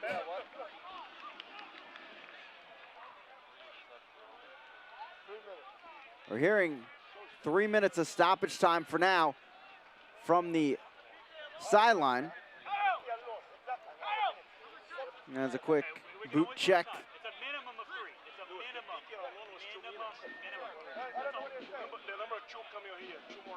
After that second goal, I'm sure Marcelo Serrano, they're a little bit more oomph in his argument for the referee. Now you start to argue, and this is what people are talking about based upon the documentary that recently came out within the past 6 months, that they call it Fergie time, for former manager of Manchester United, Sir Alex Ferguson, how he would basically sit there and just bide his time, not say anything when his team was performing poorly. But the minute that they got within striking distance, he was up off the bench, pointing at his watch, saying, come on, let's go. Add the time onto that. Every second counts. And right now, within 2, but 3 minutes to go, they still have an opportunity to get back in this. Still pressing, and Devin pointed it out earlier in this match. OKC's taking a step back in play without this counterattack aggression we saw in the first half, and they're allowing some opportunities here to trickle by.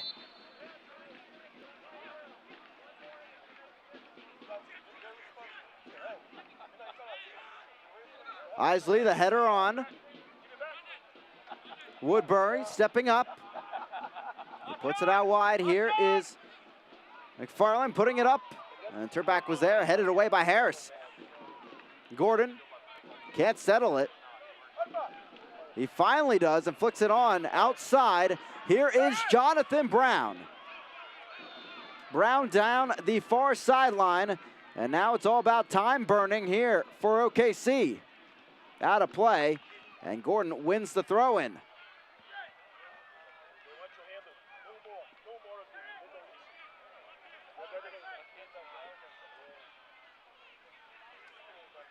Jonathan Brown will take the throw-in. Gordon spins out of the trouble, trying to stay by that corner flag, of course.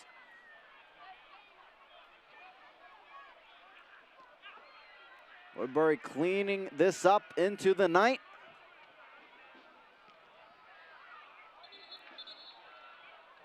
Out of play, a throw incoming. Again, Austin. They'll host RGV coming up on the 1st. 4 of their next 5 are at home in there.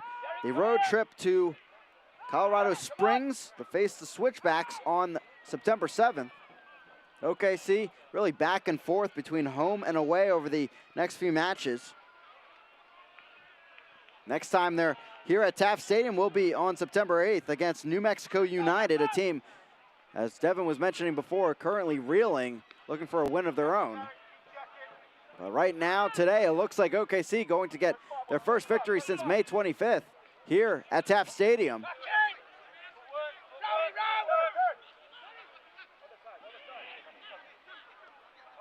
As Austin Bold again, road woes continuing as they fell flat in that first half and just not enough time remaining to recover from this 4-goal deficit.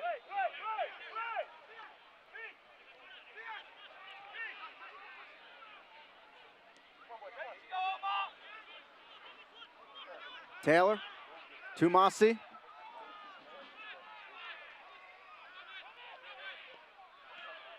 Promise. Down the left flank, out of play, and a goal kick for Lorendi. Final few seconds potentially here at Taft Stadium. And here on Supporters Week, what a celebration it will be for the Grid and the OKC Energy family, as they will notch another win, their 2nd straight, and this time at home.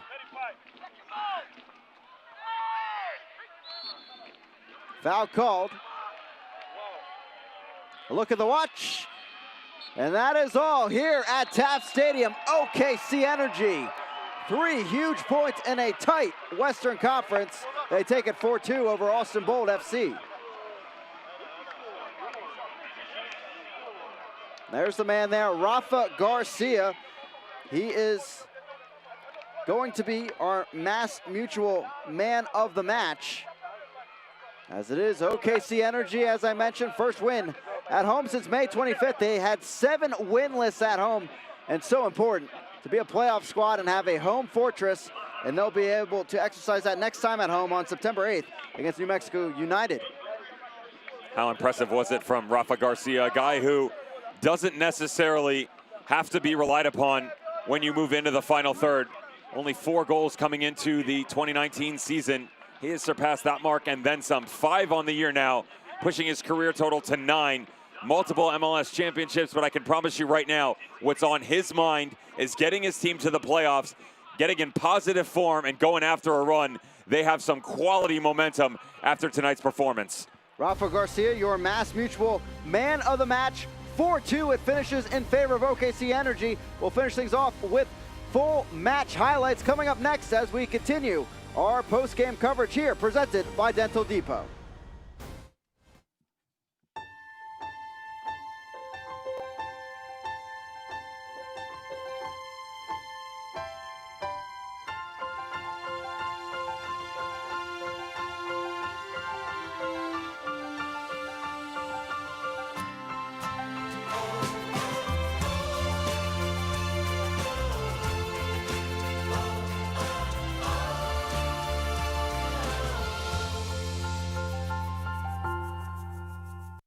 Goals are something we outline for ourselves, and oftentimes they can be pretty lofty.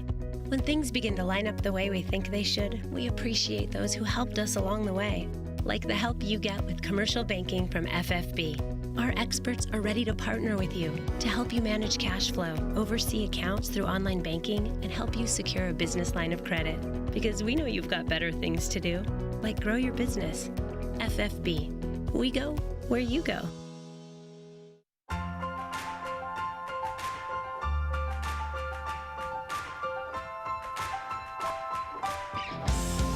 Mercy helps the Energy get to the top of their game.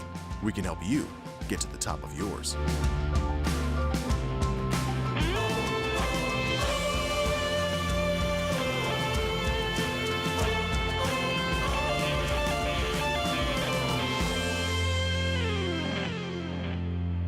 Welcome back here into our Dental Depot post-game coverage. 4-2 win for OKC Energy as we get set here for our full match highlights here, brought to you by Mercy, as Rafa Garcia, his name in lights in the first half.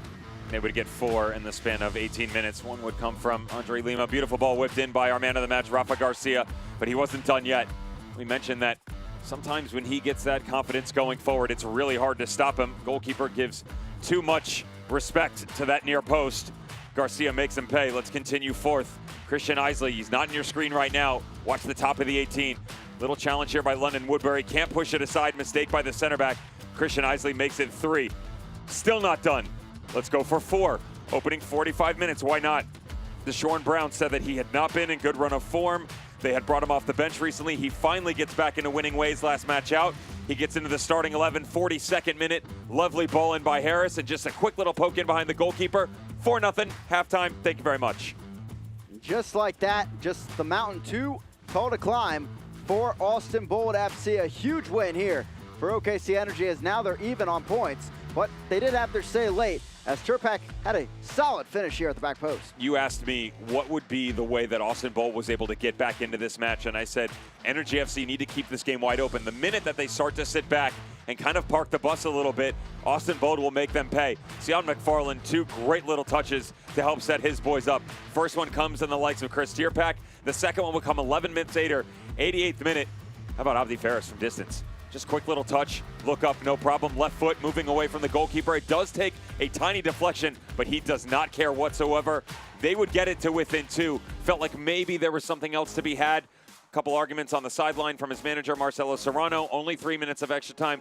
Regardless, it was too little, too late for Austin Bold FC on the road. And our first Fidelity full-time stats, you can see OKC Energy, not too many shots it looks like, but really most of that occurred in the first half. Locked things down second half, but Austin Bold 14 shots, 5 on target. They peppered Lorendi enough, but just had too little too late at the end of the day. Most importantly, right now, with Real Monarchs losing to Orange County, Energy FC are an outside shot. When I say outside, it is very close to grab the final home playoff spot. Currently even on points with Austin Bold FC. It's going to be a far cry to jump into third or second. However, you get the opportunity to bring boys into this stadium.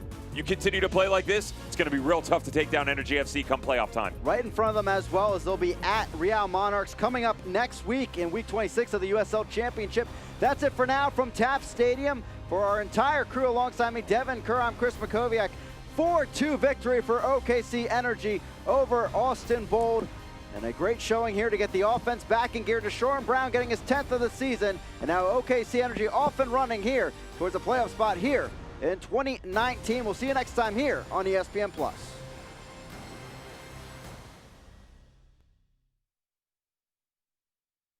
This copyrighted telecast of the United Soccer League Championship cannot be retransmitted, rebroadcast, or reproduced without the expressed written consent of the United Soccer League